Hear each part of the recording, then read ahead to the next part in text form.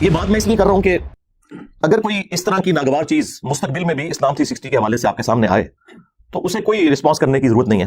ہم اسلام 360 کو آن کرتے ہیں, اور کوئی بھی ایسی ایکٹیویٹی مستقبل میں بھی اگر ہوئی تو ہمارا جو اختلاف ہے وہ علماء کرام کے ساتھ ہے, قرآن و سنت کی تعلیمات کے ساتھ تو نہیں ہے.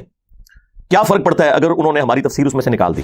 اور یہ یاد رکھیے گا, آج تک نہ کوئی ٹی وی پروگرام, نہ کوئی پوڈ کاسٹ, نہ کوئی انٹرویو, کوئی ایک بھی ایسا نہیں ہے جو میری مرضی سے ہوا ہو. مجھے مجبور کیا گیا کہ جی ٹائم دیں, ہم نے بات کرنی ہے. باقی لوگ تو زبانیں ہانپتے ہیں نا فیم کے لیے, ہمارے پیچھے لوگ پڑے ہوتے ہیں, ہم انکار کرتے ہیں. جہاں کہیں بہت مجبوری آ جائے تو پھر میں اس کو ایکسپٹ کر لیتا ہوں. انہی وہابی علماء نے باقاعدہ ان کی مینجمنٹ کو فون کیے, دھمکیاں دیں کہ آپ کے ٹی وی چینل کے باہر ہم آ کر دھرنا دیں گے, توڑ پھوڑ کریں گے. وہی جو نان اسٹیٹ ایکٹر کا فتنہ آپ کو پتا ہے ہمارے ملک میں ہے تمام فرقوں کے اندر, بعض ڈکلیئرڈ ہے بعض انڈکلیئرڈ. یہ انہوں نے ہمیں خود بتایا, اور پھر میں نے ان سے اجازت مانگی کہ یہ جو آپ مجھے بتا رہے ہیں یہ میں پبلکلی بتا دوں. انہوں نے کہا ہاں جی بتا دیں, آپ کا رائٹ ہے, کیونکہ ہم نے اناؤنسمنٹ کی تھی, ہم نہیں چلا سکے, ہم وزن نہیں اٹھا سکے, تو یہ آپ کا رائٹ ہے کہ آپ لوگوں کو بتائیں کہ اس کے پیچھے یہ ریزن ہے. تو انہوں نے زائد چیپا بھائی کو اغوا کیا جی گھنٹوں کے ذریعے, اور دلیری اتنی ہے کہ نقاب پوچھتے وہ, اور انہیں ویرانے میں جا کے خوب مارا پیٹا. ابھی بھی وہ بیڈ ریسٹ میں ہیں, ہاسپٹل میں بھی وہ ایڈمٹ رہے ہیں, لیکن یہ انہوں نے پبلکلی یہ بات نہیں بتائی. ٹھیک ہے, باقی کئی اور تفصیلات ہیں جو مجھے پتا ہے, لیکن انہوں نے مجھے منع کیا بتانے سے. انہوں نے مجھے اسی وقت ای میل کی, اور یہ بات صرف انہوں نے مجھے بتائی, یا اپنے جو ٹیم ممبرز تھے ادھر کے, ان کے آفس کے, ان کو بتانا ضروری تھا, کیونکہ مستقبل میں کوئی آپ نے لائے عمل تیار کرنا ہے تو اس کے لیے ٹیم ممبرز کو ساتھ لینا ضروری ہے. تو میں نے انہیں ایک ہی بات کی, میں نے کہا میرے بھائی ہمیں اس وقت اسلام 360 اور آپ کی زندگی عزیز ہے, آپ مہربانی فرما کے اسے وقتی طور پہ یہاں سے نکال دیں اگر اس میں یہ خوش ہوتے ہیں. ٹھیک ہے, یہ تو نکال دیں گے, لیکن قرآن اور حدیث تو نہیں نکال سکتے نا. ان کے گلے کی ہڈی جو ہے 2812 صحیح بخاری کی حدیث اور مسلم شریف میں موجود, جو ان کے ماموں کو ایکسپوز کرنے والی ہے, وہابی ماموں پارٹی کو. اب دیکھیں یہ ہر دفعہ حرکت کرتے ہیں تو میں ان کے ہینڈلرز کو پکڑتا ہوں, بنو امیہ ان کے ہینڈلرز ہیں. میں تو سیدھا اوپر پہنچوں گا نا, کہ جن کی یہ جائز شیطانی اولاد نہیں, میں کہتا چلے روحانی اولاد ہے, تو میں تو سیدھا اوپر پہنچوں گا نا. وہی عمار, افسوس اے عمار, تقتلہ الفئۃ الباغیہ, تجھے ایک باغی جماعت قتل کرے گی. یدعوہم الی اللہ, تم تو انہیں اللہ کی طرف بلا رہے ہوگے, ویدعونہ الی النار, اور وہ باغی جماعت جہنم کی طرف بلا رہی ہوگی. اب چونکہ ان کے ماموں کی جماعت کو رسول اللہ نے باغی قرار دیا صلی اللہ علیہ وآلہ وسلم, جہنم کی طرف بلانے والی جماعت, جہنمی جماعت نہیں, وہ عمل جو جہنم کی طرف لے جانے والا ہے, آخرت کا فیصلہ تو اللہ نے کرنا ہے. ان 12 سالوں کے اندر پوری ماموں پارٹی کی مٹی پلید ہو گئی ہے قرآن بخاری اور مسلم کی روشنی میں. نہ تو ہم ان غالی شیعہ رافضیوں کے ساتھ ہیں جو صحابہ کرام کے اوپر لعن طعن کرتے ہیں, اور نہ ان ناصبیوں کے ساتھ ہیں جو ماموں کے دفاع میں قرآن بخاری مسلم کا انکار کرتے ہیں اور اپنی آخرت کو برباد کرتے ہیں. اہل سنت کا منہج یہ ہے کہ ہم قرآن و سنت کے دلائل کی روشنی میں جو کچھ ہمارے نبی نے فرمایا صلی اللہ علیہ وسلم, ہم اس پہ ایمان رکھتے ہیں, چاہے رسول اللہ کے زمانے کا کوئی انسان ہو یا آج کا. جو بھی رسول اللہ کے فرمان کے ساتھ بغاوت کرے, ہمارے دل میں اس کے لیے کوئی ایکسٹراڈنری محبت کے جذبات نہیں ہے. اس کی وجہ یہ ہے کہ ہم نے محبت کی تھی اللہ اور اس کے محبوب علیہ السلام کی وجہ سے. جو اللہ اور اس کے رسول کے ساتھ غداری کرے, بغاوت کرے, صرف اتنا ہی کافی ہے کہ ہم اس کا نام احترام سے لے لیں, دیٹس آل. میرے علاوہ اس پلانٹ ارتھ پہ کوئی اور شخص پروڈیوس کرے جو حضرت علی کا دفاع کرتا ہو اور حضرت معاویہ رضی اللہ تعالیٰ عنہ کو رضی اللہ عنہ کہتا ہو, ٹائم قیامت تک سے. ہم پہ جھوٹے الزام لگاتے ہیں کہ جی ہم صحابہ کرام کا احترام نہیں کرتے, الحمدللہ ہم کرتے ہیں. لیکن اگر آپ یہ کہیں کہ ہم ان لوگوں کو خلفائے راشدین کے برابر کر دیں تو وہ تو اللہ کے نبی نے نہیں کیا, بھائی میں کیسے کر سکتا ہوں صلی اللہ علیہ وآلہ وسلم. اب میں نے زید بھائی سے ریکویسٹ کی کہ میں سارا خرچہ اٹھاؤں گا, وکلاء کا بھی پورا پینل ہمارا تیار بیٹھا ہے کراچی میں, اور وہ کہہ رہے ہیں کہ آپ صرف ہمیں ایک دفعہ اشارہ کریں, ان وہابیوں کو لاہور سے ہر 15 دن بعد آ کے انگوٹھا لگانا پڑے گا کراچی میں, جب ان کو ضمانت لینی پڑے گی نا, اور جب تک یہ کیس چلے گا, کیس 5-7 سال سے کم ختم نہیں ہوتا, اسی طرح ذلت اور خواری کاٹتے رہیں گے. لیکن وہ زید بھائی تیار نہیں ہوئے, وہ کہتے ہیں کہ میں اس معاملے میں آگے نہیں جانا چاہتا, میں ملک ہی چھوڑ دوں گا. وہ بیچارے اتنے اس حوالے سے ڈسارٹ ہوئے. ہونا تو چاہیے جب آپ گمراہ لوگوں کی, وہ بندہ جو تمہارے پیچھے نمازیں پڑھتا ہے, تمہیں چندے دیتا ہے, سارے فرقوں کو, بریلوی, دیوبندی, اہل حدیث, شیعہ, تم ایک دوسرے کو کافر سمجھتے ہو, ایک دوسرے کے پیچھے نماز پڑھنے کے قائل نہیں ہو, آپس میں تم نے ایک کیا ہوا ہے. تو یعنی عوام کو تو یہی میسج آ رہا ہے کہ سارے گمراہ ایک جگہ جمع ہوئے ہیں, اپنی اپنی دکانیں چلا رہے ہیں. ہونا تو چاہیے تھا باقی لوگوں کے بھی نام لیتا, نام صرف میرا لیا اس لیے کہ اسے پتا تھا کہ اس نے کون سے نان اسٹیٹ ایکٹر بھرتی کیے ہوئے ہیں کہ یہ میرے کو چڑھائی کریں گے. اگر وہ لیتا نا نام بریلویوں کے کسی بڑے کا, تو ٹی ایل پی والے پہنچ جاتے ہیں اس کی طبیعت صاف کرنے کے لیے. یہ جو 2 گنڈے ہیں نا بھائی لاہور والے, ان کی جرت نہیں ہے, ٹی ایل پی والوں کے سربراہ ہیں, انہیں کہا سورہ سور, ان کی جرت نہیں ہوئی کہ بول سکے. میرے بھائی ڈاکٹر سرار صاحب کا بیان القرآن میں 3 دفعہ سن چکا ہوں, 20 سال انہوں نے بیان القرآن ریکارڈ کروایا, اور آخری ریکارڈنگ ہے جو آپ دیکھتے ہیں 1999 والی, اس میں کئی جگہ غلطی ہیں. میں نے تو آج تک نہیں, وہ غلطی ظاہر ہے پرونونس کرنے میں ہو جاتی ہے, زبر کو زیر پڑھ دیا, اس میں کون سا ایسا مسئلہ ہے. غلطی یہ ہوتی ہے کہ پورا قرآن غلط پڑھ رہا ہوں. میں نے انہیں چیلنج کیا تھا کہ تم نے جتنے لوگ امیر بنائے ہوئے ہیں نا اپنے, بریلویوں کے مفتی منیب الرحمان صاحب, دیوبند کے مفتی تقی عثمانی صاحب, اہل حدیث کے ساجد میر, قرآن کا رینڈملی کوئی صفحہ کھولیں, ٹھیک ہے, اور تلاوت کریں, میں بھی کرتا ہوں, فیصلہ آپ نیوٹرل بندے سے کروا لیں. نہ میری جیسی قرات کر سکتے ہیں, نہ ان کی عربی پروننسیشن درست ہے, یہ تو مجہول پڑھتے ہیں. ہم نے ایک ایک ٹاپک پہ بتایا کہ یہ آیت فلاں کی دلیل ہے, یہ آیت فلاں فرقے کی دلیل ہے, وہ اس میں سے یہ صحیح رزلٹ نکالتا ہے, وہ اس میں سے یہ صحیح نکالتا ہے, فلاں اس میں سے فلاں غلط رزلٹ نکالتا ہے, اور آپٹیمل سولوشن یہ ہے. یہ کام اس پلانٹ ارتھ پہ ہم سے پہلے نہ مرے ہوئے میں نہ زندہ لوگوں میں کسی نے کیا. آپ تفسیریں کھول کے پڑھ لیں. میں حالانکہ پورے لیکچر دے سکتا ہوں ان کے پرانے بزرگوں کے بارے میں بھی اور موجودہ بزرگوں کے بارے میں بھی کہ کیا کیا بلنڈر انہوں نے کیے ہیں, لیکن ہم یہ نہیں کہتے. سب کا رائٹ ہے یار, آپ بات سنیں. دنیا میں صرف میں ہوں جو یہ کہتا ہوں سب کی بات سنیں, اور اس کے بعد جو بات آپ کو قرآن سننے کے مطابق لگتی ہے لے لیں, جو نہیں لگتی وہ چھوڑ دیں. یہ کہتے ہیں آپ سب کو سنیں, انجینئر کو نہ سنیں. یہ کیوں کہہ رہے ہیں آپ خود سمجھ لیں بھائی. اگر آپ سچے ہو, کل تک تم ابھی کہتے تھے کہ جی آپ ڈائریکٹ بخاری پڑھیں دیکھیں ہمارے نماز کا طریقہ نکلتا ہے. انہیں کیا پتا تھا 2812 نکل آئے گی, تقتلہ الفئۃ الباغیہ یدعوہم الی اللہ ویدعونہ الی النار. میں نے اس گلے پھاڑنے والے کو کہا تھا کہ تو حدیث مبالغہ مسلم سے بیان ہی نہیں کر سکتا, کیونکہ اس میں ذکر ہے کہ تیرے ماموں نے سب کرنے کا کہا تھا. سعد بن ابی وقاص کو انہوں نے انکار کیا تھا اور مولا علی کے فضائل سنائے تھے, اور تیرے بابے نے ابن تیمیہ نے منہاج السنہ میں شیعہ کے خلاف کتاب لکھتے ہوئے مانا کہ اس حدیث میں تیرے ماموں نے سب کرنے کو کہا, اور یہ سب تنقید ہوتی ہے. شاید نکلو اپنی کھوٹا تو باہر. صحیح مسلم میں میرے امام مسلم نے جس کی کنیت سے تمہیں چڑ ہو, ابو الحسین, ہاں ابو الحسین مسلم بن حجاج القشیری نے اس کے فوراً بعد حدیث لی, غدیر خون کی حدیث 6228 تک 6225 سے, اور اس کے بعد 6229 میں لکھا کہ بنو امیہ کہلواتے تھے لعن اللہ ابو تراب, ابو تراب پر لعنت. تو تنقید گالی نہیں, اس سے بڑی بات لعنت بھیجتے تھے. اللہ کی لعنت, اللہ کے فرشتوں کی لعنت, تمام لعنت کرنے والوں کی لعنت ہو جو اہل البیت کے اوپر لعنت کرواتے تھے. آمین. تم لوگوں کا حشر ان کے ساتھ ہو, اور ہمارا حشر جو ہے وہ اللہ کے نبی اسلام, ان کے جانثار خلفائے راشدین صحابہ کرام اور اہل البیت کے ساتھ ہو علیہم السلام اجمعین. آمین. سیدھا سیدھا شرک کی طرف لے جانے والی بات ہے. انہوں نے تفسیر میں لکھا ہوا ہے اور اسلام 360 میں ڈلی ہوئی ہے, میں نے نکال کے نکالے, اور نہ کسی وہابی کی ضرورت ہوئی ہے کہ کہیں نکالو. انہوں نے لکھا کہ جو اولیاء اللہ سے بھی مانگا جاتا ہے نا, یہ بھی اللہ ہی سے مانگنے کو پیچھے اللہ ہی ہے. ہاں اندازہ کریں, توحید کی باری آئے تو پیچھے اللہ, سنت پہ چلنے کی باری آئے تو آگے بابے کہتے ہیں پیچھے حضور ہی نے, اللہ بھی پیچھے رسول بھی پیچھے. اللہ کے بندو ڈر جاؤ, عزتیں اویل کی ہیں تم نے اللہ اور اس کے رسول کے نام کے اوپر, چندے بٹورے ہیں, جدادیں بنائی ہیں اللہ اور اس کے رسول کے نام کے اوپر, عز و جل صلی اللہ علیہ وآلہ وسلم, سواریاں سوار کی ہیں مکے اور مدینے کے نام کے اوپر, اور پھینکی ہیں جا کے دیوبند شریف, بریلی شریف, اجمیر شریف, بغداد شریف میں. غدار ہو تم اپنے نبی کے, بالکل, ہمیں کوئی شک نہیں ہے. اس لیے آپ ہمارے پیشن کے لیول کو دیکھ رہے ہیں کہ دن بدن رائز کر رہے ہیں, کیونکہ دن بدن ہم پہ حقیقت کھل رہی ہے کہ میرے نبی صاحب ہے ہی کوئی نہیں, تیرے بابے تھے شاید کوئی نہیں. الحمدللہ رب العالمین والصلاة والسلام علی سید الانبیاء والمرسلین وعلی آلہ واصحابہ وازواجہ اجمعین الی یوم الدین. الحمدللہ آج 19 فروری 2023 کو سنڈے کے دن ہمارا یہ پبلک سیشن نمبر 82 منعقد ہونے جا رہا ہے. آپ کے یہ سوالات ریئل ٹائم پرچیوں کی شکل میں میرے پاس آ چکے ہوئے ہیں. انشاءاللہ میں ان کو بعد میں ڈسکس کرتا ہوں. پہلے ایک کرنٹ افیئر کے طور پر ایک ایشو جو پچھلے ویک سامنے آیا, وہ ہمارے اس پلیٹ فارم سے ہی ریلیٹڈ ہے. آپ کو پتہ ہے کہ اس وقت اسلام کی سب سے بڑی جو ایپلیکیشن ہے وہ اسلام 360 ہے, جس میں الحمدللہ ہمارے جو زاہد چیپا بھائی ہیں انہوں نے اپنی مدد آپ کے تحت بڑی محنت کر کے وہ کام کیا ہے جو آج تک امت میں کسی کے حصے نہیں آیا. انہوں نے قرآن حکیم کی تمام جو میجر تفاسیر ہیں, مختلف مکاتب فکر کے جو تراجم ہیں, بریلوی, دیوبندی, اہل حدیث, اہل تشیع, اور اس کے علاوہ جو اہل سنت کی مین سٹریم کی کتابیں ہیں, چاہے وہ کتب ستہ ہوں, بخاری, مسلم, ترمذی, ابو داؤد, نسائی, ابن ماجہ, یا اس کے علاوہ بھی جو کریٹیکل کتابیں ہیں, مشکات المصابیح, المستدرک للحاکم, مسند احمد, اور باقی کتابیں بھی انہوں نے ماشاء اللہ تعالی ایڈ کی ہیں عربی پلس اردو کے ساتھ, اور اس پہ سرچ کرنا بھی آسان ہے. سب کا سب اس میں انٹرنیشنل نمبرنگ کے اوپر ہے, اور الحمدللہ اس حوالے سے وہ مسلسل میرے ساتھ رابطے میں رہتے ہیں, اور جہاں کہیں میں کوئی چیز آبزرو کرتا ہوں ایسی تو میں انہیں ہائی لائٹ کر دیتا ہوں, وہ اس کی ریمیڈی بھی کر لیتے ہیں. بلکہ دنیا میں سب سے زیادہ اگر کوئی ایپ یوز کر رہا ہے تو وہ ہمارے اسٹوڈنٹس ہی ہیں. بریلوی, دیوبندی, اہل حدیث یا اہل تشیع کا اس سے کوئی لینا دینا نہیں ہے کہ فلاں آیت جو ہے وہ کس جگہ پہ ہے, فلاں حدیث کا نمبر کیا ہے. وہ تو اپنے بزرگوں, اپنے علماء کی بتائی ہوئی باتوں کو کاؤنٹر ویریفائی کرنا بھی گستاخی سمجھتے ہیں.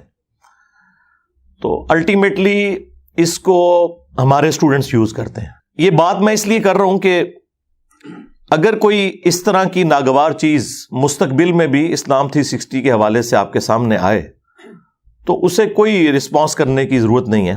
ہم اسلام 360 کو آن کرتے ہیں اور کوئی بھی ایسی ایکٹیویٹی مستقبل میں بھی اگر ہوئی تو ہمارا جو اختلاف ہے وہ علماء کرام کے ساتھ ہے, قرآن و سنت کی تعلیمات کے ساتھ تو نہیں ہے. کیا فرق پڑتا ہے اگر انہوں نے ہماری تفسیر اس میں سے نکال دی؟ اس سے کوئی ہماری تفسیر کلاسز کو تو کوئی فرق نہیں پڑتا. اسلام 360 میں جو اس کا میجر سکوپ ہے وہ قرآن اور احادیث کے حوالے سے ہے, لیکن انہوں نے اس میں کچھ عرصے سے مختلف مکاتب فکر کے علماء کی آڈیو ریکارڈنگ والی تفسیر بھی ایڈ کی. ڈاکٹر اسرار صاحب رحمہ اللہ تعالی ہمارے استاد, ان کی تفسیر اس میں ایڈ کی انہوں نے, ڈاکٹر فرحت ہاشمی اور باقی مختلف علماء کی. اس میں انہوں نے مجھ سے پوچھے بغیر میری تفسیر بھی آڈیو ریکارڈنگ والی ڈال دی, اور پوچھنے کی ضرورت انہوں نے اس لیے نہیں سمجھی کہ ہم نے تو سب کو اجازت دی ہوئی ہے. دنیا میں اس وقت سب سے زیادہ چینلز جو ہیں وہ ہمارے اسٹوڈنٹس کے ہیں. ہم کسی کو کوئی اسٹرائک بھی اس حوالے سے نہیں بھیجتے, ہم نے اوپن اجازت دی ہوئی ہے کہ ویڈیو ایڈز نہ لگائیں اور آپ چینل بنائیں دین کی تبلیغ کے لیے. اس لیے انہوں نے پوچھنا ضروری نہیں سمجھا, انہوں نے صرف بتایا کہ ہم ایسا کر رہے ہیں. میں نے کہا ٹھیک ہے, ہم نے سب کو اجازت دی ہوئی ہے. اور یہ یاد رکھیے گا, آج تک نہ کوئی ٹی وی پروگرام, نہ کوئی پوڈ کاسٹ, نہ کوئی انٹرویو, کوئی ایک بھی ایسا نہیں ہے جو میری مرضی سے ہوا ہو. مجھے مجبور کیا گیا کہ جی ٹائم دیں, ہم نے بات کرنی ہے. باقی لوگ تو زبانیں ہانپتے ہیں نا فیم کے لیے, ہمارے پیچھے لوگ پڑے ہوتے ہیں, ہم انکار کرتے ہیں. جہاں کہیں بہت مجبوری آ جائے تو پھر میں اس کو ایکسپٹ کر لیتا ہوں. کبھی کوئی پری پلان اس طرح کا کام نہیں کروایا اللہ کے فضل سے, نہ مستقبل میں کوئی ارادہ ہے. ضرورت کیا ہے میرے بھائی, پاکستان کے جو بڑے بڑے ٹی وی چینلز ہیں, جیو ہو, ARY, دنیا, سما, ایکسپریس, ان کے جو بہت فیم والے پروگرامز ہیں نا, جو پالیٹکس سے ریلیٹڈ ہیں, جس کو سارے فرقوں کے لوگ دیکھتے ہیں, ان کی ویورشپ بھی اتنی نہیں ہے جتنی ہمارے ماشاء اللہ تعالی سوشل میڈیا کے اوپر ہمارے آفیشیل چینل اور اسٹوڈنٹس کے چینل کی ویورشپ ہے. تو ہمیں کیا ضرورت ہے؟ تو یہ کبھی بھی ہم نے یہ کام نہیں کیا. یہ میں اس لیے بتا رہا ہوں تاکہ آپ کو یہ کلیئر ہو کہ ہمیں اس سے کوئی فرق نہیں پڑتا. فرق اس کو پڑنا ہے جو یہ چیز ایڈ کرتا ہے یا نکالتا ہے, ہمیں تو کوئی فرق نہیں پڑے گا الحمدللہ. تو یہ اگر کسی کے دماغ میں کوئی کیڑا گھس گیا ہے نا کہ اس سے کوئی مجھے فرق پڑتا ہے, تو ایسا نہیں ہے. آپ کو پتا ہے کچھ عرصہ پہلے نیو ٹی وی والوں نے صبح کی جو اپنی ٹائمنگز ہیں ان میں قرآن کلاسز کے لیے پرومو جاری کیا کہ ہم قرآن کلاسز فروری 2023 سے شروع کریں گے, انجینئر صاحب کی. اور انہوں نے جذباتی طور پہ ڈیسیژن نہیں کیا, ان کے چیئرمین بیٹھے, ان کے پروڈیوسر بیٹھے, ان کی تمام جو ایڈیٹنگ کرنے والی ٹیمیں ہیں, پورا پینل نے بیٹھ کے میری 3 قرآن کلاسز رینڈملی چوز کی. انہوں نے پورا دیکھا, اس کے بعد انہوں نے ڈیسیژن کیا کہ یہ تفسیر ایسی ہے جو ہر لحاظ سے الحمدللہ قرآن و سنت کی تعلیمات کے مطابق اور دور حاضر کی تفسیر ہے. آج تفسیر تبری کی 60-70% چیزوں کا کوئی لینا دینا نہیں اس زمانے کے ساتھ, نہ ابن کثیر کی کسی تفسیر کا. ہاں چند چیزیں آپ کے لیے ہو سکتی ہیں فائدہ مند, کیونکہ ظاہر ہے وہ 700 سال پہلے لکھی گئی. این ممکن ہے 8 سے 1000 سال بعد دنیا اور چینج ہو چکی ہو, تو اس میں ہماری تفسیر میں بھی کئی ایسی چیزیں ہوں جو اس وقت کسی انجینئر کو ریکارڈ کروانی پڑے. یہ کوئی عیب نہیں ہے, اس کو کوئی عیب نہ سمجھے. تو انہی وہابی علماء نے باقاعدہ ان کی مینجمنٹ کو فون کیے, دھمکیاں دیں کہ آپ کے ٹی وی چینل کے باہر ہم آ کر دھرنا دیں گے, توڑ پھوڑ کریں گے. وہی جو نان اسٹیٹ ایکٹر کا فتنہ آپ کو پتا ہے ہمارے ملک میں ہے تمام فرقوں کے اندر, بعض ڈکلیئرڈ ہیں بعض انڈکلیئرڈ. یہ انہوں نے ہمیں خود بتایا, اور پھر میں نے ان سے اجازت مانگی کہ یہ جو آپ مجھے بتا رہے ہیں یہ میں پبلکلی بتا دوں. انہوں نے کہا ہاں جی بتا دیں, آپ کا رائٹ ہے. کیونکہ ہم نے اناؤنسمنٹ کی تھی، ہم نہیں چلا سکے، ہم وزن نہیں اٹھا سکے، تو یہ آپ کا رائٹ ہے کہ آپ لوگوں کو بتائیں کہ اس کے پیچھے یہ ریزن ہے۔ تو میں نے کہا اس کا تو مطلب یہ ہے کہ خدا نہ خواستہ کل کو ہم کوئی نان اسٹیٹ ایکٹر بھرتی کر لیں اور ہم آپ سے کہیں کہ فلاں عالم کو آپ نے ٹی وی چینل پہ نہیں بلانا ورنہ ہم توڑ پھوڑ کر دیں گے، تو کہتے ہیں ہاں جی ہم تو مجبور ہیں، ہم نہیں کریں گے۔ میں نے کہا ہم نے یہ صرف سمجھانے کے لیے بات کی ہے، ہمارا کوئی ارادہ نہیں ہے۔ یہ وہ لوگ کرتے ہیں کہ میرے بھائی جن کی 2 کوڑی کی اوقات نہیں ہے، جو صدقات چندوں خیرات کے اوپر پلتے ہیں، یہ ان کے پرابلمز ہیں۔ ایک میرے جیسا پڑھا لکھا کوالیفائڈ بندہ، اس کا یہ مسئلہ نہیں ہے۔ تو یہ پچھلے دنوں یہ بھی ایکٹیویٹی پرفارم ہوئی اسلام 360 کے حوالے سے بھی، جو تفسیر انہوں نے ایڈ کی وہ خود کی۔ پھر میں نے انہیں کہا کہ آپ جیلم آئیں کراچی سے، اس دوران جتنی اپڈیٹس ہوئی ہیں، کیونکہ وہ وقتاً فوقتاً آتے رہتے ہیں، وہ میں آپ کو ساتھ بٹھا کر اس کی اناؤنسمنٹ کروں گا۔ حدیث کی جو کتابیں ایڈ ہوئی ہیں وہ بھی، اور جو تفسیر آڈیو ریکارڈنگ والی میری، تو انہوں نے ایگری کیا اور وہ آئے اور وہ ویڈیو بھی اپلوڈ ہوئی، آپ نے وہ دیکھی ہے، اس میں انہوں نے باقاعدہ چلا کے بھی بتایا۔ یعنی یہ کوئی چیز ہم نے کوئی گن پوائنٹ پہ ان سے نہیں کروائی تھی، نہ اس کی کوئی بھیک مانگی تھی ان سے۔ وہ میرے اسٹوڈنٹ ہیں، اور جو ہمارا ایک استاد اور شاگرد کا رشتہ ہے وہ اس سے بہت بلند ہے کہ اس طرح کی کوئی چیز حرکت کی جائے۔ بہرحال اس کے خلاف بھی انہوں نے سوشل میڈیا کے اوپر مہم چلائی اور کافی انہیں تنگ بھی کیا انہوں نے، لیکن انہوں نے اس چیز کا وزن اٹھایا، میں انہیں سلام کہتا ہوں اس حوالے سے۔ پھر آپ سوچ رہے ہوں گے کہ اب کون سی ایسی چیز ہو گئی ہے کہ جس کی وجہ سے وہ بےچارے اتنے مجبور ہوئے کہ انہوں نے یہ آڈیو ریکارڈنگ اسلام 360 سے نکال دی۔ تو آپ سنیں، اور اس قوم کے علماء اور خصوصاً وہابی علماء اور باقی بھی خیر شامل ہیں، لیکن وہابی ذرا آگے ہیں۔ تو یہ جو وہابی علماء ہیں، ان کی پستی کا لیول کیا ہے کہ جب انہوں نے دیکھا کہ وہ سوشل میڈیا پہ جو اس طریقے سے معاملات چل رہے ہیں اس کا انہوں نے کوئی اثر نہیں لیا۔ کیوں لینا تھا؟ ان کو کیا فرق پڑتا ہے؟ وہابیوں نے تو اس کو کہاں سے یوز کرنا ہے؟ دیوبندیوں نے، بریلویوں نے، ان بیچاروں کا قرآن و حدیث کی نمبرنگ کے ساتھ کیا لینا دینا؟ یہ تو ہم نے آ کے پہلی دفعہ پبلکلی یہ چیز بتائی ہے۔ تو انہوں نے زاہد چیپا بھائی کو اغوا کیا جی گھنٹوں کے ذریعے، اور دلیری اتنی ہے کہ نقاب پوش تھے وہ، اور انہیں ویرانے میں جا کے خوب مارا پیٹا۔ ابھی بھی وہ بیڈ ریسٹ پہ ہیں، ہاسپٹل میں بھی وہ ایڈمٹ رہے ہیں، لیکن یہ انہوں نے پبلکلی یہ بات نہیں بتائی۔ ٹھیک ہے، باقی کئی اور تفصیلات ہیں جو مجھے پتہ ہے، لیکن انہوں نے مجھے منع کیا ہے بتانے سے۔ انہوں نے مجھے اسی وقت ای میل کی، اور یہ بات صرف انہوں نے مجھے بتائی یا اپنے جو ٹیم ممبرز تھے ادھر کے، ان کے آفس کے، ان کو تو بتانا ضروری تھا، کیونکہ مستقبل میں کوئی آپ نے لائے عمل تیار کرنا ہے تو اس کے لیے ٹیم ممبرز کو ساتھ لینا ضروری ہے۔ تو انہوں نے باقاعدہ مجھے ای میل بھیجی، اور اس پہ انہوں نے لکھا کہ میں ڈسکس کروں گا آپ سے فون پہ تفصیلی میری گفتگو ہوئی، اور ان کا جی یہ دیکھیں یہ اس لیول کے اوپر اتر آئے ہیں۔ تو میں نے انہیں ایک ہی بات کی، میں نے کہا میرے بھائی، ہمیں اس وقت اسلام 360 اور آپ کی زندگی عزیز ہے، آپ مہربانی فرما کے اسے وقتی طور پہ یہاں سے نکال دیں، اگر اس میں یہ خوش ہوتے ہیں۔ ٹھیک ہے، یہ تو نکال دیں گے، لیکن قرآن اور حدیث تو نہیں نکال سکتے نا۔ ان کے گلے کی ہڈی جو ہے 2812 صحیح بخاری کی حدیث اور مسلم شریف میں بھی موجود، جو ان کے ماموں کو ایکسپوز کرنے والی ہے، وہابی ماموں پارٹی کو۔ اب دیکھیں یہ ہر دفعہ حرکت کرتے ہیں تو میں ان کے ہینڈلرز کو پکڑتا ہوں، بنو امیہ ان کے ہینڈلرز ہیں، میں تو سیدھا اوپر پہنچوں گا نا کہ جن کی یہ جائز شیطانی اولاد نہیں، میں کہتا چلیں روحانی اولاد ہے، تو میں تو سیدھا ادھر پہنچوں گا نا۔ وہی عمار، افسوس اے عمار، تقتلہ الفئۃ الباغیہ، تجھے ایک باغی جماعت قتل کرے گی۔ یدعوہم الی اللہ، تم تو انہیں اللہ کی طرف بلا رہے ہوگے، ویدعونہ الی النار، اور وہ باغی جماعت جہنم کی طرف بلا رہی ہوگی۔ اب چونکہ ان کے ماموں کی جماعت کو رسول اللہ نے باغی قرار دیا صلی اللہ علیہ وآلہ وسلم، جہنم کی طرف بلانے والی جماعت جہنمی جماعت نہیں، وہ عمل جو جہنم کی طرف لے جانے والا ہے. آخرت کا فیصلہ تو اللہ نے کرنا ہے.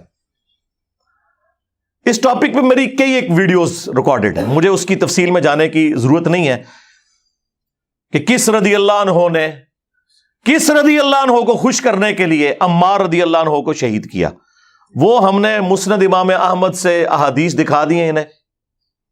ابو الغادیہ تھے وہ صحابی جن سے یہ غلطی ہوئی، پوری زندگی وہ اس کے اوپر افسوس کرتے تھے.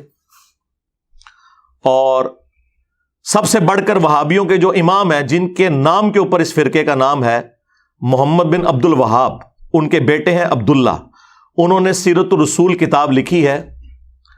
اس کے اینڈ پہ جا کر انہوں نے خلفائے راشدین کی بایوگرافی بھی لکھی ہے. اس میں بھی جنگ جمل، صفین اور نہروان کو ڈسکس کیا ہے. اور جو باتیں میں قرآن و سنت کی روشنی میں کرتا ہوں، اس سے زیادہ سخت باتیں اس میں لکھی ہوئی ہیں. اس میں انہوں نے ان کے ماموں کے حوالے سے بھی وہ مسند احمد کی حدیث نقل کر دی ہے کہ جب ان کے ماموں کو آ کر حضرت عمر بن عاص نے بتایا کہ عمار قتل ہو گئے، اور رسول اللہ نے فرمایا تھا صلی اللہ علیہ وآلہ وسلم کہ عمار کو ایک باغی جماعت قتل کرے گی، تو ماموں نے توبہ کرنے کی بجائے کہا کہ تم اپنے ہی پیشاب میں پھسلتے ہو، یعنی لوگوں کو یہ بات بتاؤ گے تو ہماری حقیقت ماموں پارٹی کی کھل جائے گی. ٹھیک ہے، ہم نے انہیں قتل کیا ہے، ان کو تو علی اور اس کے ساتھیوں نے قتل کیا کہ نہ وہ لا کے ہمارے نیزوں کے آگے پھینکتے اور نہ عمار قتل ہوتا. دیکھیں، جب انسان حق سے اناد کرے تو اس کا گیئر کیسا الٹا لگتا ہے کہ وہ واضح احادیث کی تعریف کرتا ہے. ٹھیک ہے، آج تک تو یہ کہتے تھے کہ حنفی حدیثوں کو نہیں مانتے. یہ ماموں پارٹی کے جو سربراہ ہیں نا، وہ بھی احادیث کے ساتھ اسی طرح کا مذاق اڑایا کرتے تھے. اب یہ بات جب مولا علی علیہ السلام تک پہنچی تو مولا علی نے کہا کہ ٹھیک ہے. مولا علی نے پھر ماموں کو پھکی دی اور کہا کہ اگر یہی مطلب ہے نا اس بات کا، تو کیا یہ کہنا چاہتا ہے یہ کہ حمزہ کے قاتل رسول اللہ تھے کہ نہ احد میں لے کے آتے اور نہ حمزہ قتل ہوتا؟ جو شخص کسی کی حمایت میں آتا ہے اس شخص کو آپ یہ کہتے ہیں کہ وہ مجرم ہے یا اس کا امیر مجرم ہے. لیکن جب انسان نے حق سے اناد کرنا ہو تو پھر یہی کچھ ہوتا ہے. تو یہ اپنی حرکتوں سے آئے دن بتاتے ہیں کہ ہم اسی ماموں کے ماننے والے ہیں اور اسی ماموں کے دفاع کے لیے ہم یہ ساری کوششیں کر رہے ہیں. لیکن وہ دفاع تو ہونا کوئی نہیں ہے. ان 1200 سال میں شیعان علی کے اوپر جو ظلم ہوئے اور جس طریقے سے ان کا استحصال کیا گیا، ان 12 سالوں کے اندر پوری ماموں پارٹی کی مٹی پلید ہو گئی ہے قرآن، بخاری اور مسلم کی روشنی میں. نہ تو ہم ان غالی شیعہ رافضیوں کے ساتھ ہیں جو صحابہ کرام کے اوپر لان تان کرتے ہیں، اور نہ ان ناصبیوں کے ساتھ ہیں جو ماموں کے دفاع میں قرآن، بخاری، مسلم کا انکار کرتے ہیں اور اپنی آخرت کو برباد کرتے ہیں. اہل سنت کا منہج یہ ہے کہ ہم قرآن و سنت کے دلائل کی روشنی میں جو کچھ ہمارے نبی نے فرمایا ہے صلی اللہ علیہ وآلہ وسلم، ہم اس پہ ایمان رکھتے ہیں. چاہے رسول اللہ کے زمانے کا کوئی انسان ہو یا آج کا، جو بھی رسول اللہ کے فرمان کے ساتھ بغاوت کرے، ہمارے دل میں اس کے لیے کوئی ایکسٹرا آرڈنری محبت کے جذبات نہیں ہے. اس کی وجہ یہ ہے کہ ہم نے محبت کی تھی اللہ اور اس کے محبوب علیہ السلام کی وجہ سے. جو اللہ اور اس کے رسول کے ساتھ غداری کرے، بغاوت کرے، صرف اتنا ہی کافی ہے کہ ہم اس کا نام احترام سے لے لیں. That's all. سیدھی سی بات ہے. اور یہ پروفیسیز ہیں رسول اللہ کی صلی اللہ علیہ وآلہ وسلم. میں نے امام بخاری، امام مسلم سے گن پوائنٹ پہ یہ چیزیں نہیں لکھوائی ہیں. ٹھیک ہے، پھر ٹاپک اور طرف چل پڑے گا. جسے شوق ہے نا، تو میں نے کربلا کے پس منظر کے اوپر 200 احادیث جمع کی ہیں، اکثر بخاری اور مسلم سے، اور جو ادر دین بخاری اور مسلم ہے اس میں نے دور حاضر کے بڑے محققین جو ہیں، شیخ ناصر الدین البانی رحمہ اللہ، شیخ زبیر علی زئی رحمہ اللہ تعالی، شیخ شعیب ارنوت رحمہ اللہ تعالی، اسی طریقے سے غلام مصطفیٰ ظہیر صاحب، ارشاد الحق اثری صاحب، اور باقی علماء کی تحکیم لگائی ہوئی ہے، سلیم اسد کی لگائی ہوئی ہے، اور بڑے ائمہ میں سے امام حاکم، امام ذہبی، ان لوگوں کی تحکیم لگا کے پورا ایک ریسرچ پیپر لکھا ہے کہ کربلا ہوئی کیوں، اور اصل میں خلافت راشدہ کو ختم کرنے والا بندہ کون سا ہے جس کو چھپانے کی خاطر یہ ساری کی ساری ڈرامہ بازی ریال خور پارٹی اور یہ وہابی جماعت کر رہی ہے تاکہ ان کی ملوکیت قائم رہے. تو وہ آج میرا ٹاپک نہیں ہے. وہ آپ ہماری اکیڈمی سے فری منگوا سکتے ہیں، صرف ڈاک کا خرچہ دیں گے. صبح 9 سے شام 5 بجے تک فون کھلا ہوتا ہے. 032159000162. آپ رابطہ کریں, یہ 12 کا پیکج فری آپ کے گھر آئے گا. لاکھوں جا چکے ہیں آج تک اللہ کے فضل سے, ہزاروں نہیں لاکھوں. اس میں کربلا والا ریسرچ پیپر بھی, اور ساتھ مزید 8 ریسرچ پیپرز اور 3 اذکار کارڈ پلاسٹک کوٹنگ کے اندر, باقاعدہ یہ پوری پیکنگ کے اندر فری آپ کے گھر آئے گا. صرف آپ نے ڈاک کا خرچہ دینا ہے, وہ آج کل 500 روپیز یہ لے رہے ہیں, کیونکہ ہم TCS کے تھرو بھیجتے ہیں تاکہ انشور کریں کہ چیز آپ تک پہنچے. تو وہ تفصیلات آپ اس میں پڑھ لیں. میں اس طرف جاؤں گا تو پھر بات اور طرف نکل جائے گی. میں اسی طرف واپس آتا ہوں کہ یہ لوگ اس بدماشی کے اوپر اترے ہوئے ہیں کہ جب کوئی بندہ بات نہ مانے تو اس کے ساتھ یہ سب کچھ کرتے ہیں. اب میں نے زاہد بھائی سے ریکویسٹ کی کہ میں سارا خرچہ اٹھاؤں گا, وکلاء کا بھی پورا پینل ہمارا تیار بیٹھا ہے کراچی میں, اور وہ کہہ رہے ہیں کہ آپ صرف ہمیں ایک دفعہ اشارہ کریں, ان وہابیوں کو لاہور سے ہر 15 دن بعد آ کے انگوٹھا لگانا پڑے گا کراچی میں. جب ان کو ضمانت لینی پڑے گی نا, اور جب تک یہ کیس چلے گا, کیس 5-7 سال سے کم ختم نہیں ہوتا, اسی طرح ذلت اور خواری کاٹتے رہیں گے. لیکن وہ زاہد بھائی تیار نہیں ہوئے. وہ کہتے ہیں کہ میں اس معاملے میں آگے نہیں جانا چاہتا, میں یہ ملک ہی چھوڑ دوں گا. وہ بیچارے اتنے اس حوالے سے ڈسہارٹ ہوئے ہیں. تو میں نے انہیں ریکویسٹ کی کہ ٹھیک ہے آپ اسے فی الحال نکال دیں. اور یہ جو وہابی آ کے جھوٹ بول رہے ہیں نا کہ ہمارے سوشل میڈیا کے پریشر ڈالنے سے ایسا ہوا ہے, تو پریشر تو آپ اتنے عرصے سے ڈال رہے تھے, اس کا کوئی اثر نہیں لیا. بیسیکلی آپ لوگوں نے وہی کام کیا جو نان اسٹیٹ ایکٹر کرتے ہیں, پھینٹی لگائی, مارا پیٹا. اس کی وجہ سے پھر میں نے انہیں ریکویسٹ کی کہ یار فی الوقت تو ہم نے اسلام 360 اور زاہد بھائی کی جو جان کی حفاظت ہے وہ ہمارے لیے پرائورٹی ہے, ہمیں تو کوئی فرق نہیں پڑے گا یار. ہماری تو ماشاءاللہ اتنی ویورشپ ہے کہ ان سارے وہابیوں کے مولویوں کی ملا کے, اور دوسرے بھی ان کے جو سو کالڈ انورٹڈ کاما میں سنی بھائی ہیں, دیوبندی ہوں بریلوی ہوں, سنیت کے نام کے اوپر چورن بھیج رہے ہیں. اہل سنت تو ہم ہیں جو کتابوں سے حدیثیں بیان کرتے ہیں. سنی وہ ہوں گے جو اپنے بابوں کی تعلیمات پیش کریں گے, یا جو قرآن اور بخاری مسلم سے تعلیمات پیش کریں گے.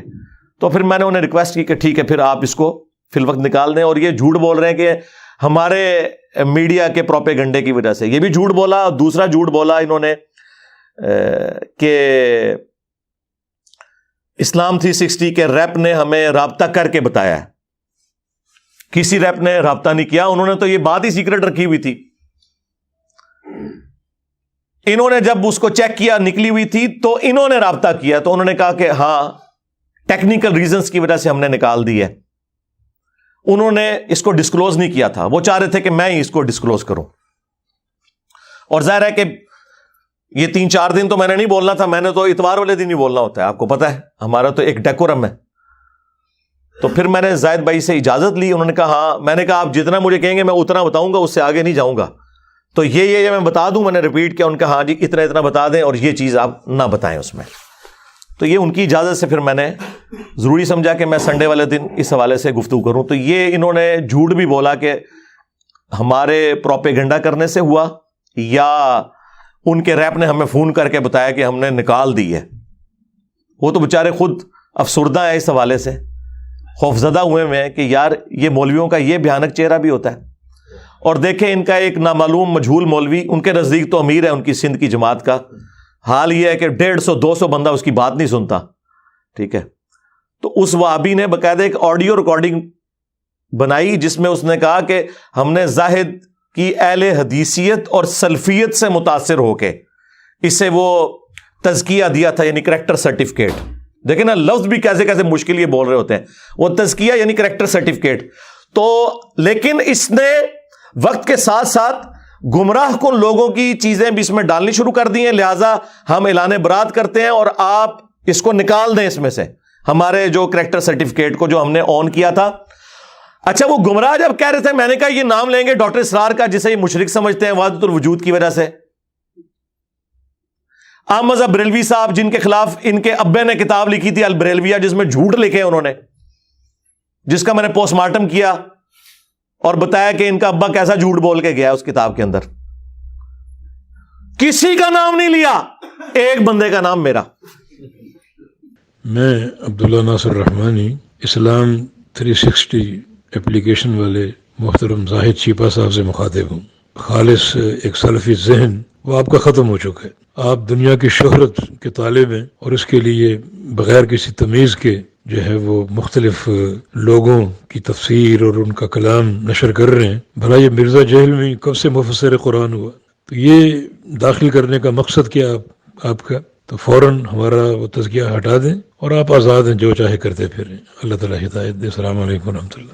ہونا تو چاہیے جب آپ گمراہ لوگوں کی، وہ بندہ جو تمہارے پیچھے نمازیں پڑھتا ہے، تمہیں چندے دیتا ہے، سارے فرقوں کو، بریلوی، دیوبندی، اہل حدیث، شیعہ، تم ایک دوسرے کو کافر سمجھتے ہو، ایک دوسرے کے پیچھے نماز پڑھنے کے قائل نہیں ہو، آپس میں تم نے ایک کیا ہوا ہے. تو یعنی عوام کو تو یہی میسج آ رہا ہے کہ سارے گمراہ ایک جگہ جمع ہوئے ہیں، اپنی اپنی دکانیں چلا رہے ہیں. ہونا تو چاہیے تھا باقی لوگوں کے بھی نام لیتا، نام صرف میرا لیا اس لیے کہ اسے پتا تھا کہ اس نے کون سے نان اسٹیٹ ایکٹر بھرتی کیے ہوئے ہیں کہ یہ میرے اوپر چڑھائی کریں گے. اگر وہ لیتا نا نام بریلویوں کے کسی بڑے کا تو ٹی ایل پی والے پہنچ جاتے ہیں اس کی طبیعت صاف کرنے کے لیے.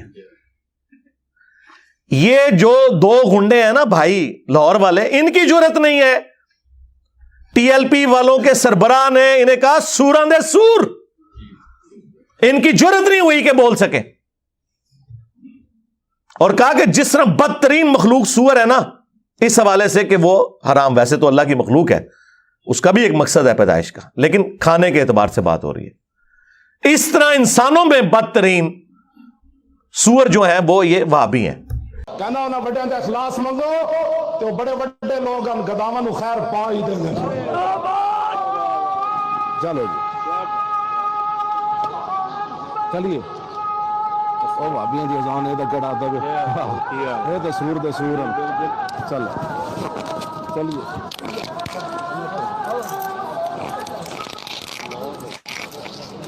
ان کی جرت نہیں ہوئی بول سکے کیونکہ انہیں پتا تھا پینٹی لگے گی. ٹوٹلی ان کا دین مذہب جو ہے نا وہ پیسہ اور دنیاوی سٹیٹس ہے، بس اس سے زیادہ کچھ نہیں ہے. کوئی ان کی کوئی حالت نہیں ہے. تو ایک دوسرے کے بارے میں یہ لوگ نہیں بولتے. مجھے سنگل آؤٹ کیا ہوا ہے.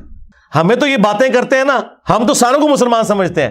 ان کی حالت یہ ہے کہ حسام الحرمین میں احمد بریلوی صاحب نے دیوبندیوں کو واجب القتل اور مرتد لکھا ہے. ان کے کفر میں شک کرنے والا بھی کافر یہ لکھا ہے. اور جواب میں المہند المفند میں انہوں نے احمد بریلوی اور ان کی جماعت کو شیطانی لشکر کہا ہے، یعنی کافر سے بھی اگلی ڈگری شیطان. اور کہا جس طرح انبیاء پر حملہ آور ہوتے تھے، وہ کافر شیاطین تھے نا، مسلمان شیاطین تو نہیں تھے. اور پھر احمد بریلوی نے تو ان کی طبیعت صاف کی ہے احکام شریعت کے اندر. آئے ہائے ہائے ہائے. انہوں نے لکھا ہے کہ دیوبندی ہو، اہل حدیث ہو، وہابی ہو، اور قادیانی بھی بیچ میں شامل کر دیے کافر. یہ 1,00,000 دفعہ بھی اللہ کا نام لے کے ذبیحہ کریں، ذبیحہ مردار ہی رہے گا. البتہ یہود و نصارہ کا ذبیحہ حلال ہے. ہائے ہائے ہائے ہائے. یہ ان کی آپس کی حالت ہے.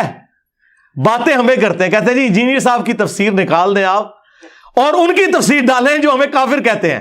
واہ سبحان اللہ. ٹھیک ہے، بس جب کسی کے اوپر پستی یا ذلت آتی ہے نا، پھر وہ اسی پستی کے اندر جا کے گرتا ہے. تو ٹھیک ہے جناب، دنیا خود فیصلہ کرے گی جو کچھ ہو رہا ہے. اور آپ لوگ آپس میں تو ایک دوسرے کو کافر کہہ کے بھی ایک جگہ بیٹھنے کے لیے تیار ہو. جو سب کو مسلمان سمجھتا ہے اسے آپ کہہ رہے ہو کہ جی اس کے لیے پچ کھود دی جائے. تو سرکار ہم اس کے اوپر ڈیپینڈنٹ ہی نہیں. اللہ کے فضل سے ہماری دعوت نہ کسی اپلیکیشن کی محتاج ہے، نہ کسی ٹی وی چینل کی محتاج ہے. یہ قرآن و سنت کی دعوت ہے، الحمدللہ ہر گھر میں پہنچی ہوئی ہے، ہر مسجد میں پہنچی ہوئی ہے. آپ کی چیخیں آسمانوں پہ ہیں اسی وجہ سے. تو انشاءاللہ تعالی اللہ کی مدد ہے اس مبارک دعوت کے ساتھ جو خالصتاً رسول اللہ صلی اللہ علیہ وآلہ وسلم کے مبارک طریقے پہ ہے. الحمدللہ یہ ایک دوسرے کو مسلمان بھی نہ سمجھیں اور ان کی تفسیر ڈالنے کے لیے تیار ہے. تو میں نے ان کے ساتھ کون سا ایسا معاملہ کر دیا ہے بھائی؟ انہیں پتا ہے کہ ہم نے چورن بیچا تھا قرآن و سنت کے نام کے اوپر. قرآن و سنت ہم نے پوری بیان نہیں کی.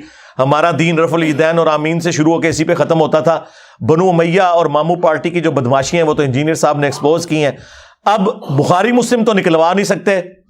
یہ بات کریں گے تو پھر تو اہل حدیث کی کوئی 4-5 کوئی اہل حدیث بچ گئے ہیں نا، اگر وہ بھی جاتے رہیں گے.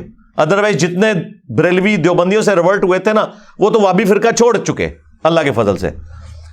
تو یہ کہہ نہیں سکتے. تو انہوں نے کہا ٹھیک ہے انجینئر صاحب کے اوپر پابندی, حالانکہ انجینئر صاحب اس کے اوپر ڈیپینڈنٹ ہے, مجھے بتائیں میرا کیا اس کے ساتھ لینا دینا اس حوالے سے.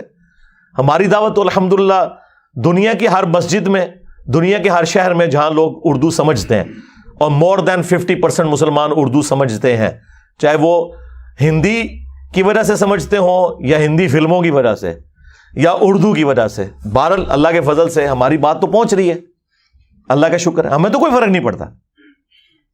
تو ایک دوسرے کے ساتھ یہ کتنے اس حوالے سے مخلص ہیں, نام نہیں لیتے ایک دوسرے کا, صرف ایک بندے کا نام لے رہے ہیں اور کہہ رہے ہیں کہ جی وہ تفسیر میں بڑی خرابیاں ہیں, اور جی وہ قرآن پاک میں بھی بعض جگہ غلطیاں ہیں.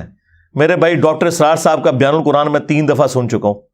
20 سال انہوں نے بیان القرآن ریکارڈ کروایا, اور آخری ریکارڈنگ ہے جو آپ دیکھتے ہیں 1999 والی, اس میں کئی جگہ غلطیاں ہیں. میں نے تو آج تک نہیں, وہ غلطی ظاہر ہے پرونونس کرنے میں ہو جاتی ہے, زبر کو زیر پڑھ دیا, اس میں کون سا ایسا مسئلہ ہے. غلطی یہ ہوتی ہے کہ پورا قرآن ہی غلط پڑھ رہا ہوں. میں نے انہیں چیلنج کیا تھا کہ تم نے جتنے لوگ امیر بنائے ہوئے ہیں نا اپنے, بریلویوں کے مفتی منیب الرحمان صاحب, دیوبند کے مفتی تقی عثمانی صاحب, اہل حدیث کے ساجد میر, قرآن کا رینڈملی کوئی صفحہ کھولیں, ٹھیک ہے, اور تلاوت کریں, میں بھی کرتا ہوں, فیصلہ آپ نیوٹرل بندے سے کروا لیں. نہ میری جیسی یہ قرات کر سکتے ہیں, نہ ان کی عربی پروننسیشن درست ہے, یہ تو مجہول پڑھتے ہیں. زبر زیر کو صرف آپ اس کے ٹھیک پڑھنے کو عربی نہ سمجھیں, مجہول بھی نہیں ہونا چاہیے. ڈاکٹر اسرار صاحب بھی قرآن مجہول پڑھتے تھے کئی جگہ پہ, اور ڈاکٹر ذاکر نائک تو پڑھتا ہی مجہول ہے. میں نے آج تک کبھی کہا کہ یار وہ قرآن غلط پڑھتا ہے. تقی عثمانی صاحب مجہول پڑھتے ہیں. قرآن مجہول پڑھنا حرام ہے, اس کو معروف عربی میں آپ نے پڑھنا ہے نہیں پڑھنا, ہی پڑھنا ہے, بے نہیں پڑھنا, بی پڑھنا ہے. یہ والی ذرا غلطیاں نوٹ کریں. اور ابھی میں وہ غلطی تو بتا نہیں رہا, ہا, عین, ثا, ذال, باد. جائیں میری عربی, میں نے جو تم لوگ 3 سال کے اندر عربی کورسز کراتے ہو, میں نے 1.5 گھنٹے کے اندر پوری عربی لنگوسٹک کور کی ہے پروننسیشن کے اعتبار سے.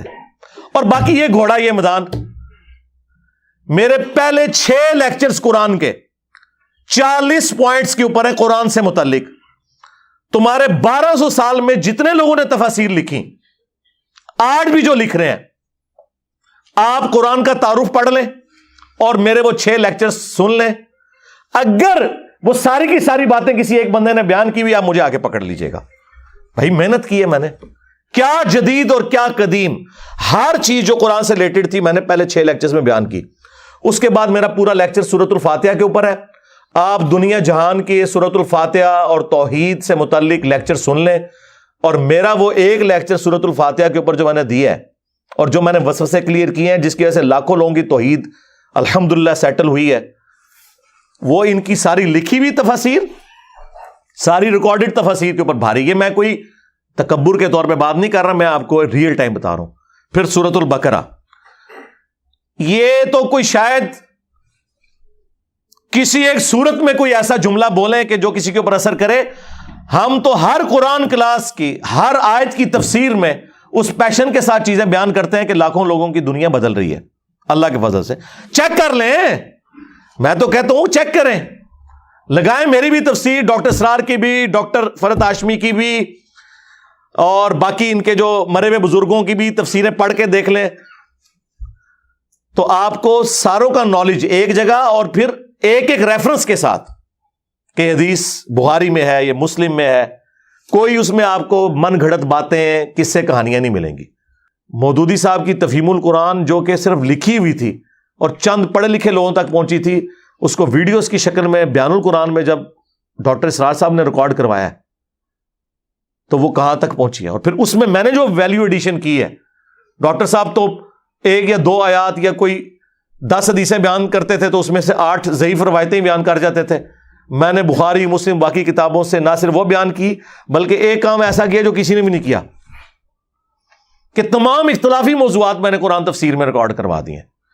ہم نے ایک ایک ٹاپک پہ بتایا کہ یہ آیت فلاں کی دلیل ہے, یہ آیت فلاں فرقے کی دلیل ہے، وہ اس میں سے یہ صحیح رزلٹ نکالتا ہے، وہ اس میں سے یہ صحیح نکالتا ہے، فلاں اس میں سے فلاں غلط رزلٹ نکالتا ہے، اور آپٹیمل سولوشن یہ ہے۔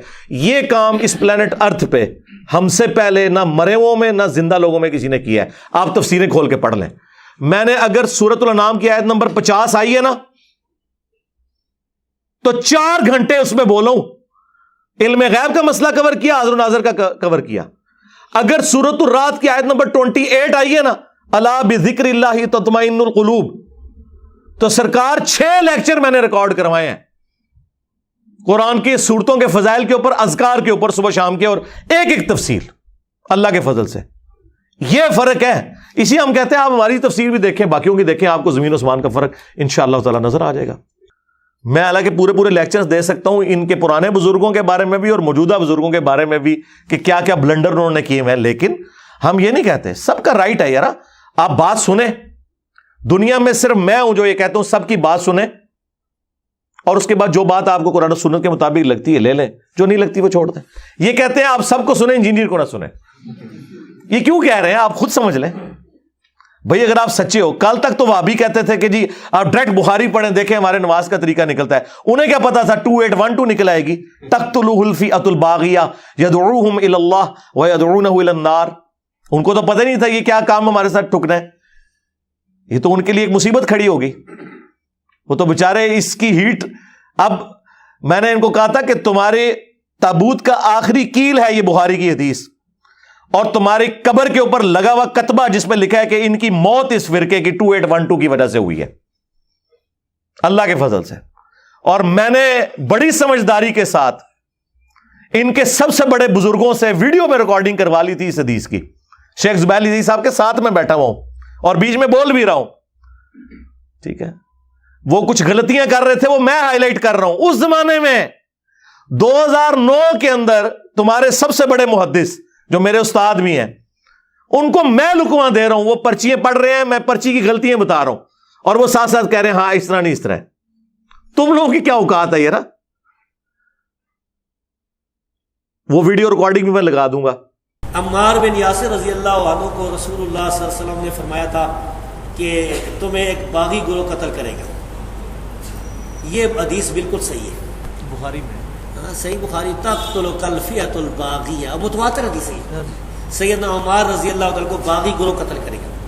آگے لکھا ہے کہ وہ حضرت امیر معاویہ رضی اللہ کے گروہ کی طرف سے قتل ہوئے، نہیں حضرت علی کی طرف سے نہیں، حضرت امیر معاویہ کے گروہ کی طرح، یہ غلط ہے۔ سیدنا علی رضی اللہ تعالیٰ عنہ کے فوج میں وہ موجود تھے، ان کے گروہ میں، ان کے لشکر میں موجود تھے، اور قتل کرنے والے جو تھے وہ سامنے والے شامی لشکر میں تھے، اور قتل کرنے والا جو تھا ابو الغادیہ تھا۔ ابو الغادیہ شامی امیر معاویہ رضی اللہ کے لشکر میں تھا، ابو الغادیہ۔ تو ابو الغادیہ جو ہے، اچھا، تو اب یہ باغی والا جو ہے ہم فتویٰ نہیں لگاتے ہیں بھائی۔ اس مسئلے میں یہ ہے کہ صحابہ کرام، دونوں طرف صحابہ کرام تھے، مسئلہ اجتہادی تھا، اجتہادی خطا کی وجہ سے جو ہے وہ یہ کہہ سکتے ہیں کہ بھائی سیدنا علی رضی اللہ تعالیٰ کا گروہ جو ہے وہ اقرب الی الحق ہے، وہ حق پر ہے۔ دوسرا جو گروہ ہے، اگر کوئی اس کو باغی کسی نے کہا بھی نا تو وہ خطا اجتہادی کے معنی میں، یعنی باغی جو ہے وہ کافر نہیں ہوتا ہے، باغی مسلمان بھی ہو سکتا ہے۔ قرآن کی آیت ہے وَإِن طَائِفَتَانِ مِنَ الْمُؤْمِنِينَ اقْتَتَلُوا فَأَصْلِحُوا بَيْنَهُمَا، مومنوں کی دو جماعتیں، تو ہم پھر بھی سیدنا معاویہ رضی اللہ تعالیٰ عنہ یا ان کی جماعت کو باغی نہیں کہتے بھائی۔ لیکن یہ بات بالکل صحیح ہے کہ سیدنا عمار رضی اللہ تعالیٰ عنہ کو باغی جماعت قتل کرنے والی حدیث بالکل صحیح ہے۔ اور یہ صحیح حدیث ایک سناؤں، نبی کریم صلی اللہ علیہ وسلم فرمایا تھا کہ میری بیویوں میں سے کون سی بیوی ہے جس پر ہواب کے کتے بھونکیں گے؟ صحیح ہے یہ۔ جب عائشہ صدیقہ اپنے ساتھیوں کے ساتھ لشکر کے ساتھ جا رہی تھی ہواب سے، تو وہاں کتے بھونکے بہت زیادہ۔ یہ غیب کی خبر پوری ہوئی، ثابت ہوئی۔ اس لیے ہم کہتے ہیں کہ نبی کریم صلی اللہ علیہ وسلم کو جو اللہ نے غیب بتایا تھا وہ جانتے تھے وہی کے ذریعے۔ تو عائشہ صدیقہ نے پوچھا یہ کون سی جگہ؟ فرمایا یہ ہواب ہے۔ انہوں نے کہا فرمایا مجھے تو حدیث یاد آ گئی، میں واپس آنا چاہتی ہوں۔ تو انہوں نے کہا کہ نہیں، اللہ مسلمانوں میں صلح کرا دے، یعنی مسئلہ صلح کا تھا، جنگ کا نہیں تھا۔ پھر جنگ ہوئی اور وہ پیشن گوئی پوری ہوئی۔ پھر انہی کے شاگرد غلام مصطفیٰ ظہیر صاحب، انہوں نے تو خود ہی ریکارڈنگ کر دی، انہوں نے حدیث پڑھ کے بتایا کہ حدیث ٹھیک ہے، اور یہ بھی مانا کہ میں نے پہلے غلطی کی وجہ سے کہہ دیا تھا کہ خوارج نے قتل کیا تھا سیدنا عمار کو، لیکن یہ ابو الغادیہ سے ہی ہوئے تھے، تو مجھ سے غلطی ہوگی اور میں اس پہ رجوع کرتا ہوں، اور اس میں کوئی آر بھی مجھے نہ دلائے، مسئلہ ختم ہو گیا۔ آپ نے فرمایا وَيْحَ عَمَّارَ تَقْتُلُ الْفِئَةُ الْبَاغِيَةَ يَدْعُوهُمْ إِلَى الْجَنَّةِ وَيَدْعُونَهُ إِلَى النَّارِ۔ عمار کی کیا بات ہے، ایک باغی گروہ ان کو شہید کر دے گا اور وہ اس باغی گروہ کو جنت کی طرف بلاتے ہوں گے، اور وہ باغی گروہ ان کو جہنم کی طرف بلائے گا۔ یہ نبی کریم صلی اللہ علیہ وسلم کا فرمان ہے، اور اس پر ہمارا ایمان ہے کہ یہ صحیح روایت ہے، صحیح بخاری میں 447 اور صحیح مسلم میں 2915 نمبر پہ۔ السلام علیکم ورحمۃ اللہ۔ بات یہ جی کہ ایک ریکارڈنگ میری پہلے تھی امن پوری اسلامک سینٹر سے، بعد میں نے ایک خطبہ جمعہ کے اندر بڑے مجمع میں یہ بات کہی تھی کہ سیدنا عمار کے جو قاتل ہیں ابو الغادیہ ہیں، ٹھیک ہے، رضی اللہ تعالیٰ عنہ، تو اس پہ کیا مسئلہ ہے جی؟ ایک انسان اس کی تحقیق نہیں ہے، اس کو کوئی مسئلہ ہے، بعد میں اس کو ایک بات سمجھ آ گئی، پہ مانگے تو حل اللہ اعلان بات کر دی، کیا ہم غلطی نہیں کر سکتے؟ کیا ہم ایک بات سے رجوع نہیں کر سکتے حق کی طرف؟ یہی کہا نا کہ صحابی رسول نے ان کو شہید کیا تھا، تو اس میں کیا مسئلہ ہے جی؟ اور ہم حق بات معلوم ہونے کے بعد بے مانگے تو حل ایک بات کرتے۔ اور ان کے جو سب سے بڑے محدث ہیں شیخ ناصر الدین البانی، انہوں نے سلسلہ حدیث صحیحہ میں باقاعدہ لکھا ہے کہ چونکہ خاص حدیث آ گئی ہے کہ عمار کا قاتل اور مال لوٹنے والا جہنم کی آگ میں ہے، لہذا ابو الغادیہ سے وہ اب جنرل فضیلت صلح حدیبیہ کے صحابی ہونے والی اٹھ گئی، کیونکہ اس کے لیے اسپیسیفکلی آ گیا کہ عمار کا قاتل اور مال لوٹنے والا جہنم میں ہے۔ یہ شیخ ناصر الدین البانی لکھ رہے ہیں، ان کو تو کسی نے رافضی نہیں کہا، پورے کا پورا وہابی فرقہ ان کے اوپر کھڑا ہوا ہے۔ دور جدید میں انہیں امام بخاری کہا جاتا ہے، میں بھی ان کی بہت قدر کرتا ہوں، میں نے اپنے کربلا والے ریسرچ پیپر میں ان کے ریفرنسز ڈالے ہیں، یہ بھی ڈالا ہے۔ ان کے بارے میں کہتے ہیں نہیں، ان کی اجتہادی غلطی ہے۔ واہ، آئے ہو نا داڑ تلے ہوں، سارے دی اجتہادی غلطی ہے جناب، بخاری دی بھی مسلم دی بھی تواڈے نزدیک۔ اور وہابی علماء نے نجی محفلوں میں کہا ہے کہ ہم بتاتے ہوئے ڈرتے ہیں اپنی پبلک کو، حقیقت یہ ہے کہ بخاری مسلم بھی آخری وقت میں شیعہ ہو گئے تھے، یہ مجھے خود بتایا ہے بڑے وہابی مولویوں کے بارے میں۔ چل میں آپ کو بتاتا ہوں یہ گلے پھاڑنے والوں کے بارے میں، ان کے اپنے فرقے کے لوگ جب ان کو چھوڑ گئے، کراچی سے ان کو لاہور ملنے آئے، انہوں نے کہا جی ہم کس کو کیا بتائیں، حقیقت بات تو یہ ہے، حقیقت یہ ہے کہ تم لوگوں کا گیئر الٹا لگا ہوا ہے۔ ہاں، میں نے اس گلے پھاڑنے والے کو کہا تھا کہ تو حدیث مباہلہ مسلم سے بیان ہی نہیں کر سکتا، کیونکہ اس میں ذکر ہے کہ تیرے ماموں نے سب کرنے کا کہا تھا سعد ابن ابی وقاص کو، انہوں نے انکار کیا تھا اور مولا علی کے فضائل سنائے تھے، اور تیرے بابے نے ابن تیمیہ نے منہاج السنہ میں شیعہ کے خلاف کتاب لکھتے ہوئے مانا کہ اس حدیث میں تیرے ماموں نے سب کرنے کو کہا، اور جی سب تنقید ہوتی ہے، چھڑ دو، نکلو اپنی کھٹا تو باہر۔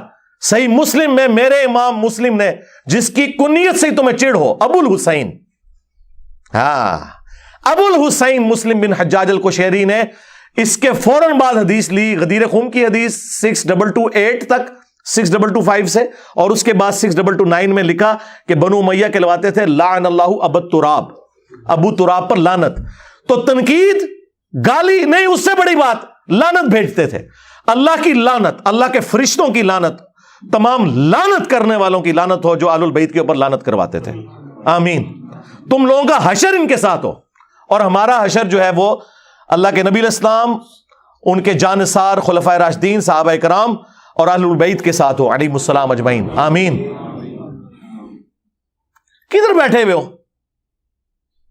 یہی پٹی دیوبندیوں کے تقی عثمانی نے اپنی کتاب ماموں کے دفاع میں لکھی، اس میں اس سے بھی یہ مس ہینڈلنگ کی، اس نے کہا نہیں وہ بخاری میں صرف سب کا لفظ ہے، سب تو تنقید بھی ہوتا ہے، او پڑھ ہے مسلم بھی لعن اللہ ابو تراب لکھا ہوا ہے۔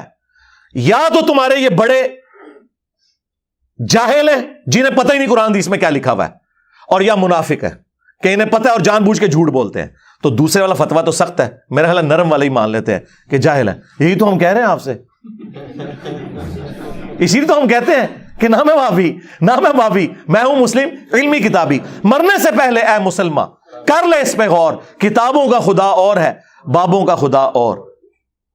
اسی لیے تو ہم کہہ رہے ہیں کہ میرے نبی سا ہے ہی کوئی نہیں، تیرے بابے تھے شے ہی کوئی نہیں۔ کتے کی موت مرے ہیں یہ اہل بیت کے دشمن ان 12 سالوں کے اندر, اور ایسی موت مرے کہ اب یہ ان کے چیتڑے اڑ رہے ہیں. تو اب اس کی تو کوئی ریمیڈی نہیں ہے. اس کی ریمیڈی میں نے شروع دن میں ہی کہا تھا کہ جب تک یہ قرآن بخاری مسلم کا انکار نہیں کریں گے نا, یہ اس مصیبت سے جان نہیں چھڑا سکتے. اور ہم یہی چاہتے ہیں کہ انکار کریں تاکہ کوئی 4 بندے کو ساتھ رہ گئے ان کو بھی پتا چل جائے کہ یہ اصل میں منکرین حدیث ہے. ناصبیت اور انکار حدیث یہ ایسے ہے.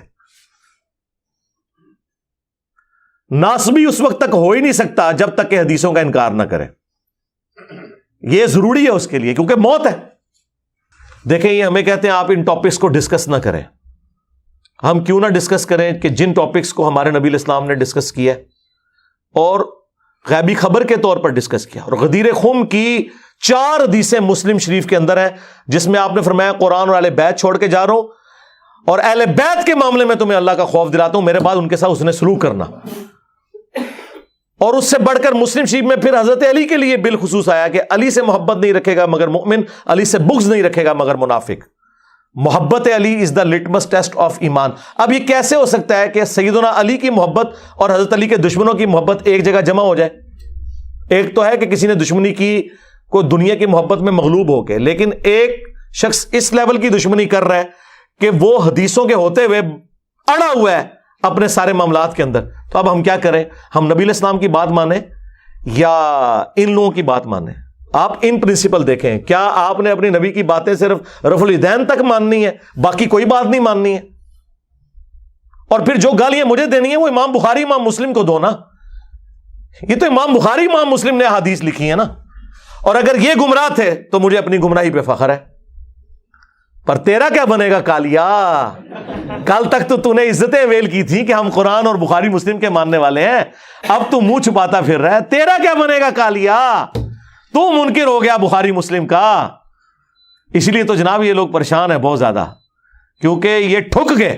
الحمدللہ میرے علاوہ اس پلانٹ ارتھ پہ کوئی اور شخص پروڈیوس کریں جو حضرت علی کا دفاع کرتا ہو اور حضرت معاویہ رضی اللہ تعالیٰ عنہ کو رضی اللہ عنہ کہتا ہو, ٹائم قیامت تک چاہے. ہم پہ جھوٹے الزام لگاتے ہیں کہ جی ہم صحابہ کرام کا احترام نہیں کرتے. الحمدللہ ہم کرتے ہیں, لیکن اگر آپ یہ کہیں کہ ہم ان لوگوں کو خلفائے راشدین کے برابر کر دیں تو وہ تو اللہ کے نبی نے نہیں کیا. بھائی میں کیسے کر سکتا ہوں صلی اللہ علیہ وآلہ وسلم. تو یہ تفسیروں کے رونے روتے ہیں. میں آپ کو بتاؤں, میں ان کی تفسیروں کے پوسٹ مارٹم کروں نا تو میں فی البدی 2 گھنٹے اور بول سکتا ہوں, لیکن میں کہتا ہوں نہیں, ڈل ہی رہے ان کی تفسیریں بھی. اب احمد بریلوی صاحب کا ترجمہ کنز الایمان اور ان کے خلیفہ نعیم الدین مراد آبادی صاحب کی جو تفسیر ہے خزائن العرفان وہ ڈلی ہوئی ہے. آپ ایاک نعبد و ایاک نستعین کی تفسیر پڑھیں, پتہ کہ تفسیر میں ترجمہ صحیح لکھا ہوا ہے, اے اللہ ہم تیری ہی عبادت کریں تجھی سے مدد چاہیں, اور اس مدد سے مراد ہے دعا. ہاں ظاہری اس باب تو قرآن میں آیا وَتَعَاوَنُوا عَلَى الْبِرِّ وَالتَّقْوَى وَلَا تَعَاوَنُوا عَلَى الْإِثْمِ وَالْعُدْوَانِ. نیکی اور پرہیزگاری کے کاموں میں ایک دوسرے کی مدد کرو, برائی میں الگ رہو. لہٰذا یہ کہنا جی وہ امی سے روٹی مانگنا شرک ہو گیا, اے کہانیاں کرا رہے ہوں دے جے. وہ یار امی مری ہوئی امی سے تو نہیں کوئی روٹی مانگتا جا کے. ظاہری اس باب کا تو قرآن میں حکم ہے.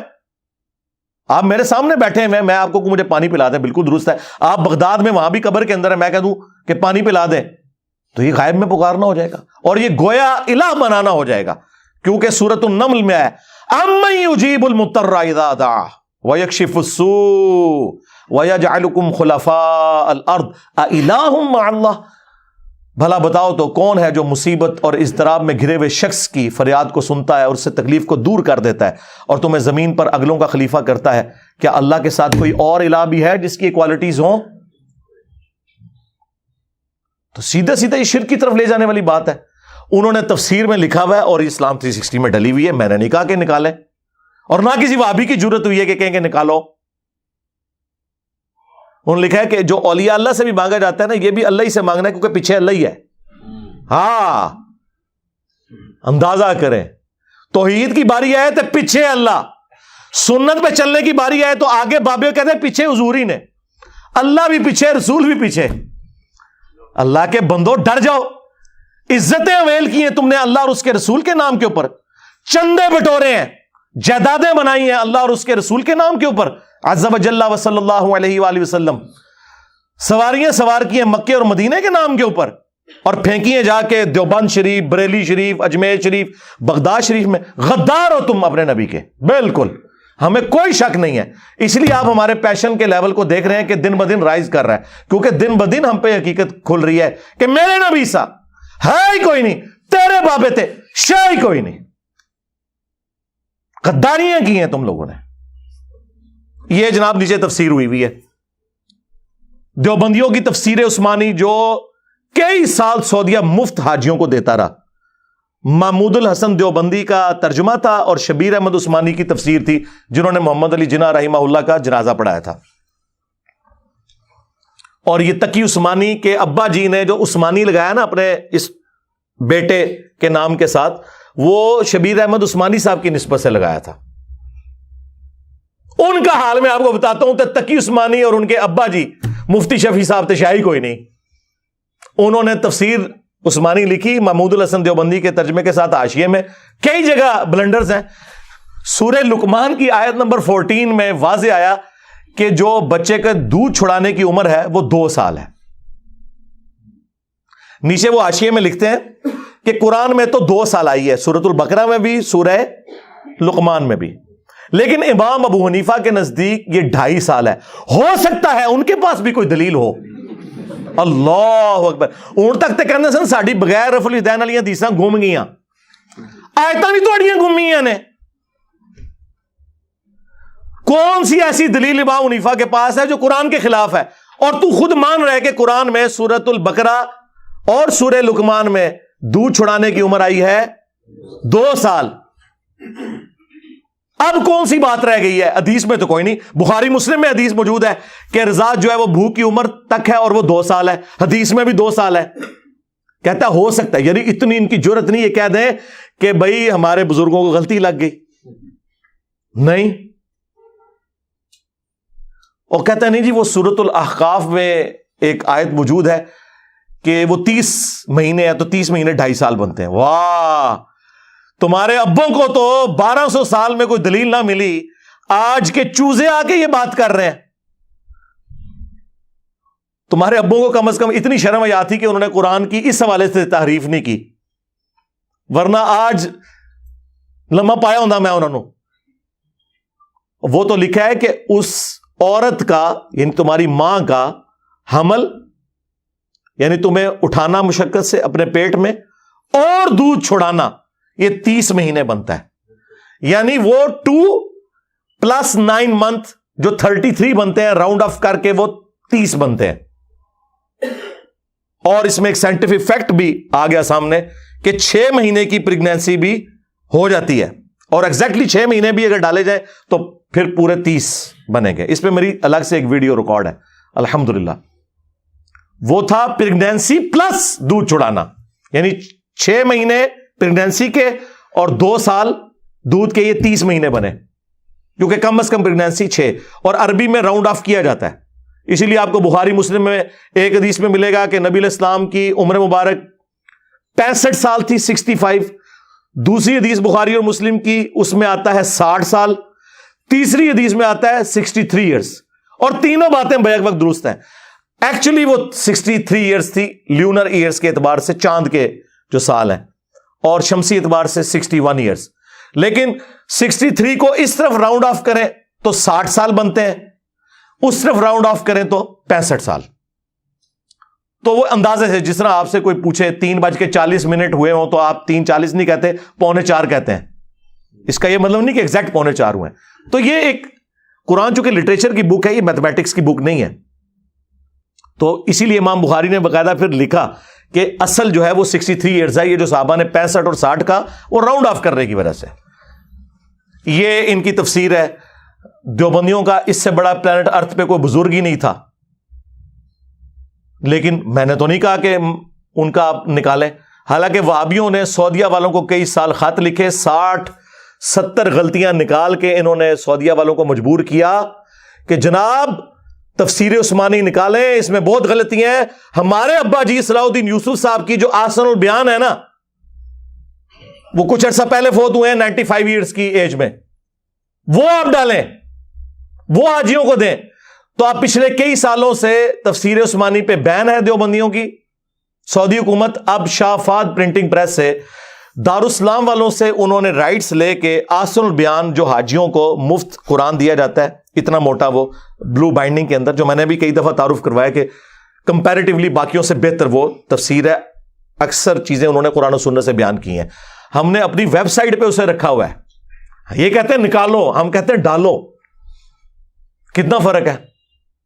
اور میں نے تعریف کی ہمیشہ، اگرچہ صلاح الدین یوسف صاحب سے ہمارے اختلافات ہیں علیحدہ سے، وہ ایک الگ بات، لیکن تفسیر کے اوپر ان کی تفسیر ڈلی ہوئی ہے اور ان کو ذوم ہے نا، اور یہ ناز کرتے ہیں اس تفسیر کے اوپر، یہاں تک کہ ابن کثیر میں بھی جو سکم تھے نا وہ اس تفسیر میں موجود نہیں، اور میں یہ ایگری کرتا ہوں، یہ ابن کثیر سے بھی بہتر ہے، لیکن اس کے اندر بھی بلنڈر موجود ہے. اب چونکہ انہوں نے مجھے چھیڑا ہے تو پھر میں تو یہ صاف کروں گا، میں بتاؤں گا کہ تمہارے بزرگ قرآن کے اندر تحریف کر کے گئے ہیں، حق چھپا کے گئے ہیں. ویسے تو کئی مثالیں میں دے سکتا ہوں، لیکن چونکہ یہ ماموں پارٹی ہے نا، ہاں ان کی جو دکھتی ہوئی رگ ہے نا وہ یہی ہے، یہی پکڑنی ہے جس کی وجہ سے یہ گمراہ ہوئے ہیں. باقی تو اہل حدیث ماشاءاللہ، ہم تو اپنے اسٹوڈنٹس کو کہتے ہیں اہل حدیث سب سے بہتر نماز پڑھتے ہیں، اہل حدیث کے سب سے بہتر عقیدے ہیں، آپ ان کے پیچھے نماز پڑھا کریں، سب کچھ ہے.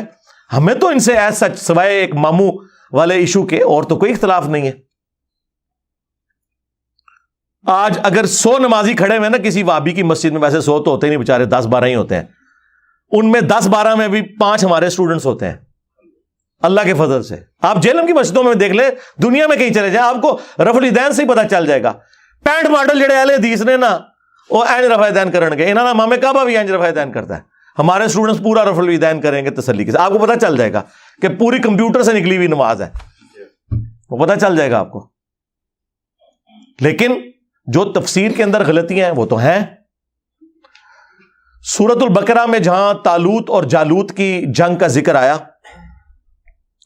تو وہاں پر اللہ تعالیٰ فرماتا ہے کہ اس وقت بنی اسرائیل نے ریکویسٹ کی وقت کے پیغمبر کو، جو ہمیں تورات سے پتہ چلتا ہے سموئیل پیغمبر تھے، کہ آپ ہمارے لیے ایک بادشاہ مقرر کریں کہ ہم اس کی سرکردگی میں قتال اور جہاد کریں اور شام کی سرزمین کافروں سے واپس لیں. تو انہوں نے طالوت کو مقرر کیا بادشاہ،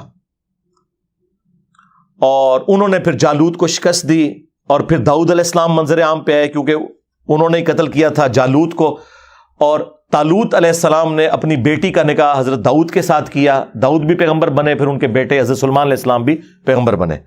اب یہ قرآن میں یہ لکھا ہوا ہے، اور نیچے تفسیر میں اپنے ریال حلال کرنے کے لیے یہ پتہ کیا لکھ رہے ہیں کہ اس سے پتہ چلا کہ جو لوگ ملوکیت کے خلاف بولتے ہیں نا انہیں درس عبرت اس حوالے سے حاصل کرنا چاہیے کہ اللہ تعالیٰ تو ملوکیت کو، بادشاہت کو پروموٹ کر رہا ہے قرآن کے اندر. کٹی جی تفسیر نے وچوں یار، تمہارے جو ماموں تھے یا تمہارے بنو امیہ کے باقی بادشاہ ہیں ان کو اللہ نے وحی کے ذریعے بنایا تھا، تو بنی اسرائیل کے بادشاہ تو وحی کے ذریعے بنے تھے. کتنا زمین و آسمان کا فرق ہے. اچھا، اور پھر نیچے لکھا کہ آپ سورۃ المائدہ میں چلے جائیں، وہاں میں نے تفصیل سے بات کی ہے، وہاں بھی یہی انہوں نے اپنے سو کالڈ جو پھول تھے نا وہ وہاں پہ منتشر کیے ہوئے تھے کہ جی وہ ملوکیت کے خلاف لوگ بولتے ہیں اور جمہوریت کی تعریف کرتے ہیں، جو ہے ملوکیت بہت بہتر ہے جمہوریت سے، اس لیے کہ ملوکیت میں آپ حق بات کریں تو آپ کو قتل کر دیتے ہیں، جمہوریت میں آپ پرائم منسٹر کے خلاف بھی بات کریں نا تو آپ کا رائٹ ہے، آپ آ کے کر سکتے ہیں. تو یہ تو نہیں چاہتے کہ کوئی خلاف بات کرے. اوے تمہاری ہزاروں ملوکیت، ایک جو اسلامک ٹرو ڈیموکریسی جس میں حلال اور حرام کا فیصلہ قرآن و سنت کریں، وہ اس پہ بھاری ہے کیونکہ فریڈم آف ایکسپریشن ہے. تم بھی تو کہتے ہو یہ حدیث جمہور محدثین کے نزدیک صحیح ہے، تو وہاں جمہوریت آ جاتی ہے نا حلال کے دائرے میں، حرام کے. جو ویسٹرن ڈیموکریسی ہے وہ کفر ہے. تو یہ جگہ جگہ ملوکیت کی خدمت کر رہے ہوتے ہیں. انہوں نے لکھا جی اس سے تو بادشاہ ثابت ہوتی ہے اور اللہ کو بڑی محبوب ہے، اور مثالیں دے رہے ہیں بنی اسرائیل. اوے بنی اسرائیل کے بادشاہ تو اللہ تعالیٰ نے وحی کے ذریعے بنائے تھے. تمہارے جو بادشاہ جن کا تم دفاع کرتے ہو وہ تلوار کے زور کے اوپر، گن پوائنٹ کے اوپر مسلط ہوئے ہیں امت کے اوپر. کتنا فرق ہے. دوسرا، بخاری مسلم دونوں میں حدیث ہے کہ جو بنی اسرائیل کے سیاسی امور تھے وہ پیغمبر دیکھا کرتے تھے، اور میری امت میں خلفاء آئیں گے، کیونکہ اب نبوت کا سلسلہ ختم ہو چکا ہے، اور خلفاء میں ہر طرح کی چیزیں ہوں گی. وہ تو پھر تفسیر موجود ہے کہ آپ نے حکمران کی اطاعت کس میں کرنی ہے، اطیعوا اللہ و اطیعوا الرسول و اولی الامر منکم، اطاعت کرو اللہ کی، رسول کی، اور اپنے حکمران کی. لیکن حکمران کی ایبسولوٹ نہیں ہے. فَإِن تَنَازَعْتُمْ فِي شَيْءٍ فَرُدُّوهُ إِلَى اللَّهِ وَالرَّسُولِ، اگر تنازع ہو جاتا ہے پھر اللہ رسول کی طرف بات کو آپ نے پلٹانا ہے. یہی ہمارا عقیدہ ہے.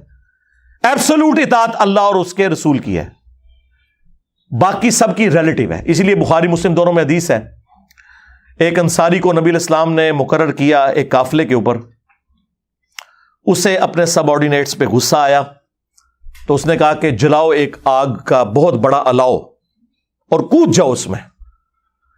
جب وہ الاؤ جلا اور اس نے کودنے کو کہا اور اس نے پلی لی کہ بھئی میری اطاعت رسول اللہ کی اطاعت، اور رسول اللہ کی اطاعت اللہ کی اطاعت ہے، میری نافرمانی رسول اللہ کی نافرمانی، اور رسول اللہ کی نافرمانی اللہ کی نافرمانی ہے صلی اللہ علیہ وآلہ وسلم. تو انہوں نے کہا ہم آگ سے بچنے ہی کے لیے تو رسول اللہ کے دامن کرم میں آئے تھے، تو ہمیں اسی آگ میں دوبارہ جھونک رہا ہے. ہم تیری یہ بات نہیں مانیں گے. ہم کون سے امام حنیفہ کے مقلد ہیں کہ بغیر دلیل کے مان لیں؟ ہم کون سے وہابی ہیں جو اپنے بابوں کی باتوں کو بغیر دلیل کے مان لیں؟ یہ میں اس کی تشریح کر رہا ہوں. واپسی پہ نبی علیہ السلام کو جب شکایت کی گئی تو آپ نے فرمایا اگر تم اپنے امیر کی بات مان لیتے سیدھا جا کے جہنم کی آگ میں نکلتے. اور پھر حضور نے فرمایا کہ مخلوق کی اطاعت صرف معروف میں ہے، منکر میں نہیں ہے. اللہ کی نافرمانی میں کسی مخلوق کی اطاعت نہیں ہے. تو اگر انصاری صحابی کے بارے میں حضور یہ کہہ رہے ہیں جسے حضور نے خود مقرر کیا کہ اس کی اطاعت کر کے تم نے گمراہ ہو جانا تھا، جہنم میں جانا تھا خلاف شرع کاموں کے اوپر، تو تیرا ماموں تو شاہی کوئی نہیں. ہاں کھول صحیح مسلم، لکھا ہوا اس میں کہ عبداللہ بن عمر بن عاص خانہ کعبے کے سائے میں بیٹھے ہیں. ایک شخص آتا ہے تابعی جو انجینئر صاحب کی ویڈیوز سے متاثر تھا، انورٹڈ کامس میں. وہ کہتا ہے حضرت آپ ہمیں کہہ رہے ہیں کہ اپنے حکمران اور امیر کی اطاعت کرو، تو کیا یہ حدیث آپ نے رسول اللہ سے خود سنی تھی؟ انہوں نے کہا ہاں میں نے خود سنی ہے، میرے کانوں نے سنا، میری آنکھوں نے رسول اللہ کو دیکھا، اور یہ میرے دل نے یہ بات یاد رکھی.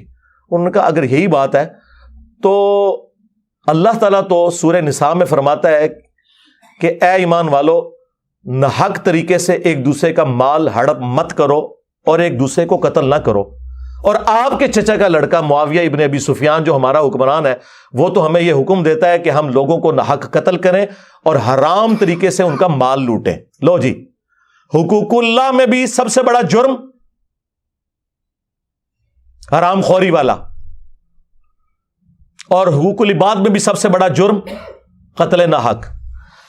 اب ہم اللہ کی بات مانیں یا آپ کے امیر صاحب کی بات مانیں، ماموں کی، تو عبداللہ بن عمر بن عاص خاموش ہو گئے. پھر سر اٹھا کے بجائے انہوں نے یہ کہنے کہ انجینئر کی ویڈیوز نہ دیکھا کرو،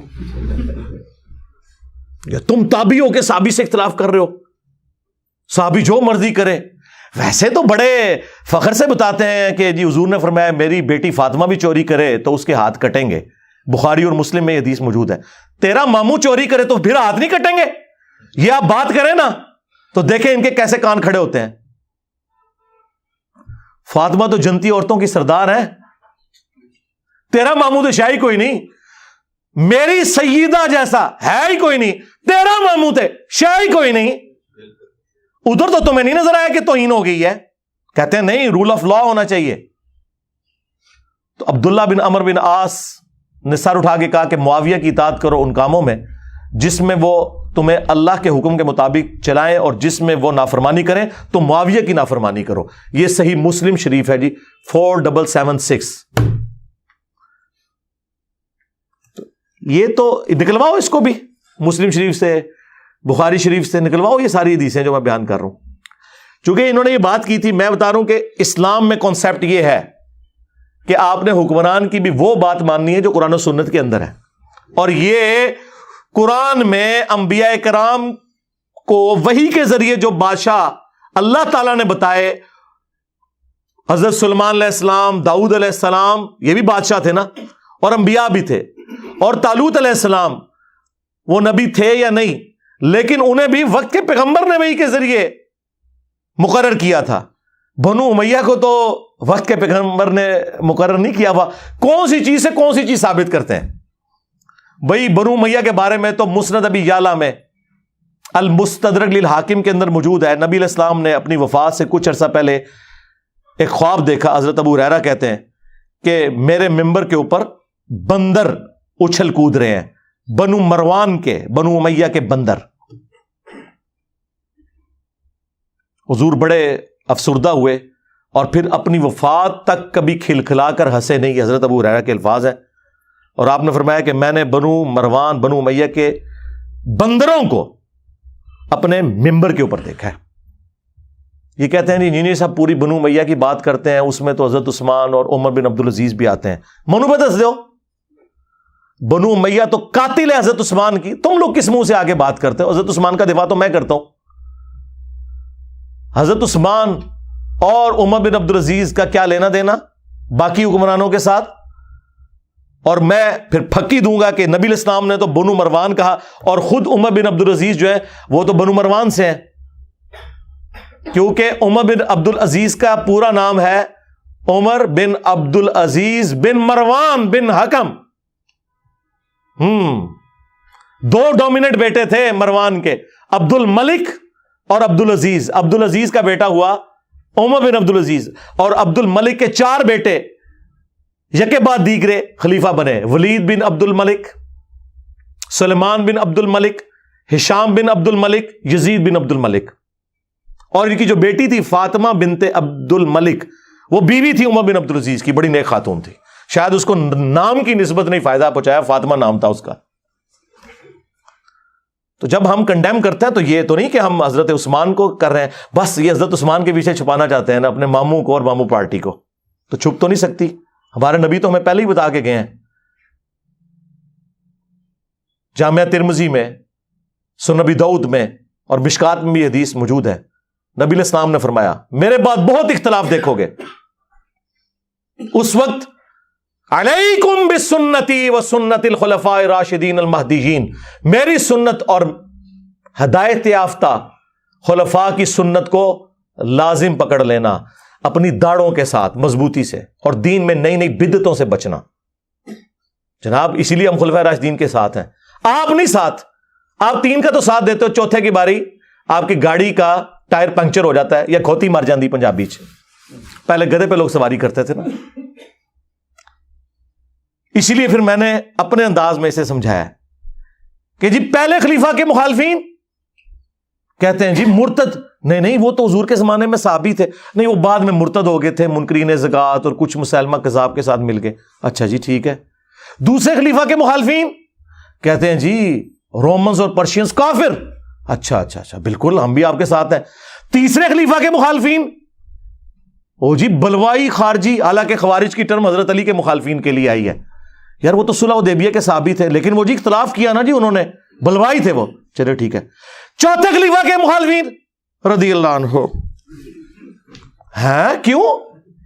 اب وہ کدھر کی حدیث کہ تم نے میری اور میرے خلفائے راشدین کی سنت کو لازم پکڑنا ہے؟ اور چوتھے کے مخالفین کے بارے میں تو حدیثیں ہیں بخاری مسلم میں کہ خوارج کو سب سے بہترین لوگ ہیں جو قتل کریں گے. جنگ جمل کے حوالے سے حدیثیں ہیں بخاری میں کہ وہ صحابی کہتے ہیں حضرت عمار ابن یاسر کہ اللہ نے تمہیں آزمایا ہے کہ تم اللہ کی اطاعت کرتے ہو یا عائشہ کی اطاعت کرتے ہو. اگرچہ عائشہ دنیا اور آخرت میں تمہارے نبی کی بیوی ہے، لیکن علی کی اطاعت جو ہے وہ اللہ کی اطاعت ہے، وَأُولِي الْأَمْرِ مِنْكُمْ کے تحت. یہ کہتے ہیں جی وہ اس نے کہہ دیا ظالم. وہ تو حدیث کے اندر لفظ تھے، میں نے ہلکے کل کے بولے، اصل میں تو بخاری میں تو لکھا ہے کہ اللہ کے خلاف جنگ ہے، جنگ جمل، علی کے خلاف نہیں ہے. آپ مجھے بتائیں اللہ کے خلاف جنگ لڑنا، وہ ظالم لفظ تو بہت چھوٹا رہ گیا، لیکن حضرت علی نے انہیں معاف کر دیا. آج کی ڈیٹ میں وہ لعنتی ہے جو سیدہ عائشہ کے اوپر کوئی سب و شتم کرے. وہ چیپٹر کلوز ہے. اور جو تیسری جنگ صفین ہے اس کے بارے میں تو بخاری مسلم میں وہ حدیث تقتلہ الفئۃ الباغیہ یدعوہم الی اللہ ویدعونہ الی النار. وہی عمار، افسوس ہے عمار، تجھے ایک باغی جماعت قتل کرے گی، تو انہیں اللہ اور جنت کی طرف بلا رہا ہوگا، وہ جماعت جہنم کی طرف بلا رہی ہوگی. لو، باغی بھی اور جہنم کی طرف بلانے والی بھی. چوتھے خلیفہ کے باری رضی اللہ عنہ پہ آپ آ کے رک گئے، اس کو نہیں آپ نے پکڑنا. پھر خلافت راشدہ کے بارے میں ابو داؤد ترمذی میں حدیث ہے کہ میرے بعد خلافت 30 سال تک رہے گی. پھر حضرت سفینہ جو حدیث کے راوی ہیں، حضور کے آزاد کردہ غلاموں کہتے ہیں گن، ابو بکر کے 2 سال، عمر کے 10 سال، عثمان کے 12 سال اور علی کے 6 سال، جس میں حسن ابن علی کے 6 مہینے بھی شامل ہیں. وہ 4.5 سال تھے اور یہ 6 مہینے. تو وہ صحیح تابعی کہتا ہے کہ یہ بنو امیہ کے لوگ، بنو زرقا، نیلی آنکھوں والے، یہ تو کہتے ہیں کہ علی علیہ السلام خلیفہ ہی نہیں ہے. یہ کہتے ہیں نہیں جی، خلیفہ تو حضرت علی کو وہ مانتے تھے، بس وہ ذرا قصاص عثمان کا مسئلہ تھا. جی کھول کے پڑھ لیں، خلیفہ بھی نہیں تھے مانتے. امام ابو داؤد نے لکھا ہے علی علیہ السلام کو یہ خلیفہ نہیں مانتے. تو حضرت سفینہ کو اتنا غصہ آیا، انہوں نے کہا یہ ان کی پیٹھ سے جھوٹ نکلا جہاں سے ہوا خارج کرتے ہیں. ان کی بادشاہت شریر ترین بادشاہت ہے پلانٹ ارتھ کی.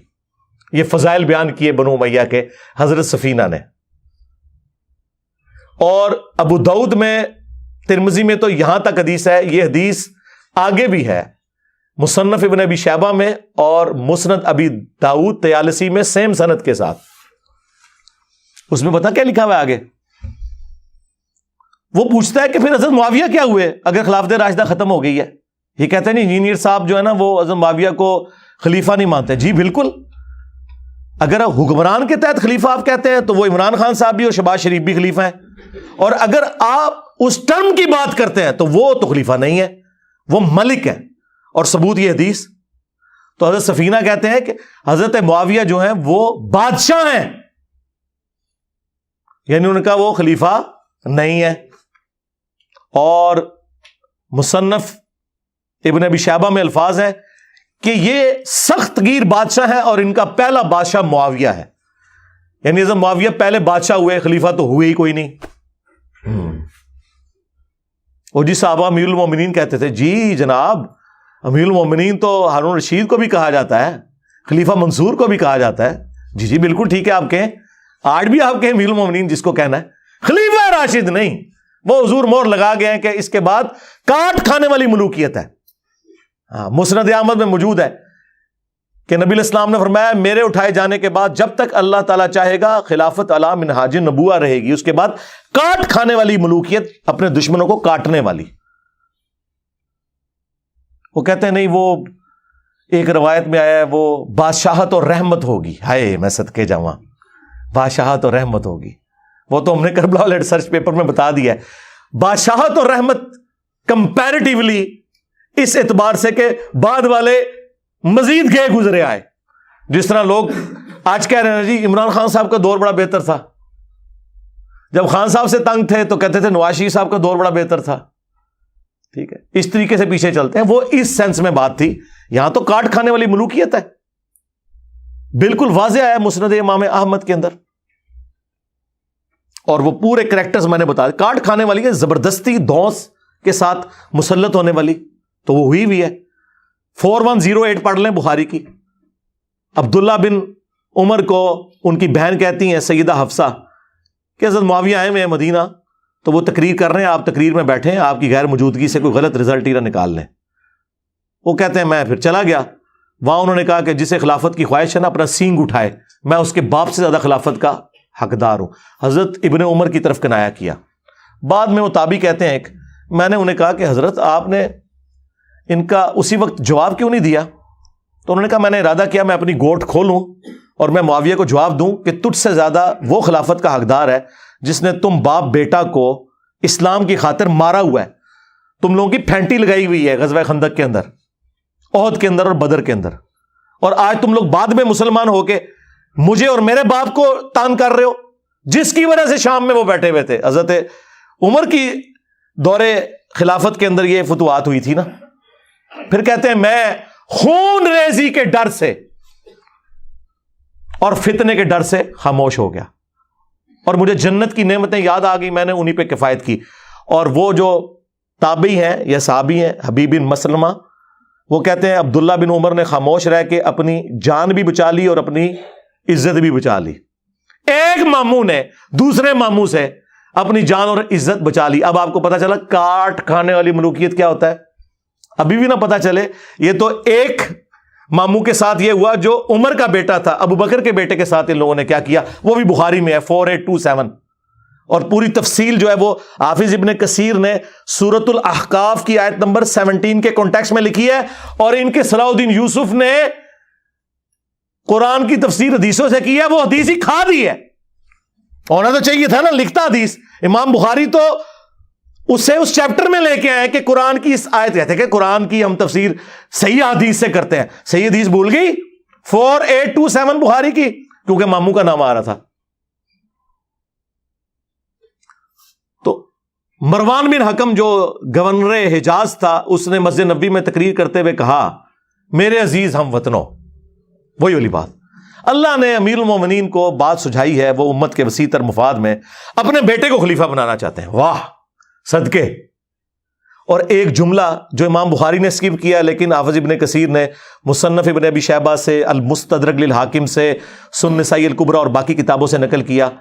وہ اس نے یہ کہا تھا کہ جس طرح ابو بکر نے بھی تو عمر کو بنایا تھا نا.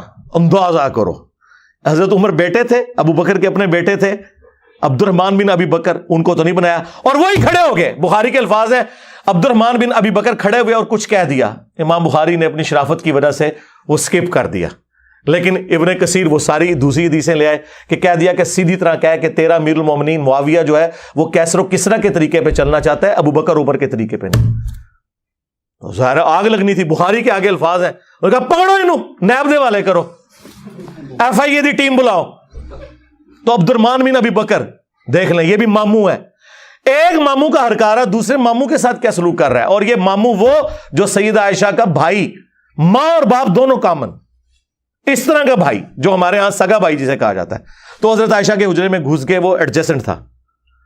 باہر سے بھی اس نے غصہ نکالا. ابو بکر کے بیٹے تیرے بارے میں سورہ احقاف کی آیت نمبر 17 نازل ہوئی ہے جو صلاح الدین یوسف نے نکال دی نہیں ڈالی. اس کے ماموں کا نام بیچ میں آ رہا تھا.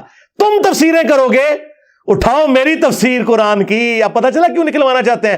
میں نے بخاری کی حدیث بیان کی ہے اس تفسیر میں. یہ قرآن و حدیث سے تفسیر نہیں کرنا چاہتے کیونکہ ماموں کا نام آ رہا تھا. ہاں نکال دی. میں لگاؤں گا پیجز کہ نکالی ہوئی ہے پڑھ لیں آپ خود. ان کا تیرے بارے میں آیا تھا نا کہ یہ کہتا ہے کہ تم لوگ مجھے یہ کہتے ہو کہ مرنے کے بعد دوبارہ زندہ کیا جاؤں گا. یہ اگلے لوگوں کی کہانیاں ہیں قرآن. ابو بکر کے بیٹے یہ تو وہ کافر تھا جو یہ کہتا تھا. استغفر اللہ. سیدہ عائشہ کو غصہ ہے. ان کا اس کو خاموش ہو جا.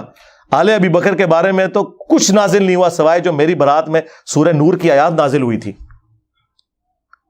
لیکن باقی کتابوں میں حاکم میں سنن نسائی الکبریٰ میں اور حافظ ابن کثیر ان کے بڑے ابن تیمیہ کے جو شاگرد بھی ہیں انہوں نے نقل کیا. آگے پھر اما عائشہ نے اسے پھکی دی کہ البتہ تیرے بارے میں ضرور تھا کہ حضور نے فرمایا تھا مروان پہ لعنت اس کی اولاد پہ لعنت. تو اپنے باپ کی پش میں تھا جب اللہ کے نبی تجھے لعنتی ڈکلیئر کر کے گئے میں. اب مجھے بتائیے انہوں نے کیا تفسیر بیان کرنی ہے. یہ میں نے آپ کو کاٹ کھانے والی ملوکیت کی مثالیں دی. بہت ساری مثالیں دے سکتا ہوں میں لیکن پھر وہ ٹائم شارٹ ہے. میرا خیال ہے جتنی میں نے ان کی طبیعت صاف کر دی ہے. ہائے ہائے ہائے ہائے. میں تو کیا سی منو نہ چھیڑا کرو. میں پہلے تو باؤنڈری تو باہر سٹتا سا نا ہوں میں پلانٹ ارتھ تو باہر سٹاں گا. ہاں تمہوں اوتھے پہنچا دیاں گا اتوں جتھے تواڈے ماموں جا چکے اگلے جہان وچ. ہاں ماموں ماموں کرتے پیچھے پہنچو گے اتھے کہ ساڈی منجی ٹھوک دیتی ایک بندے نے. ٹھیک ہے. صلو علی محمد و آل محمد.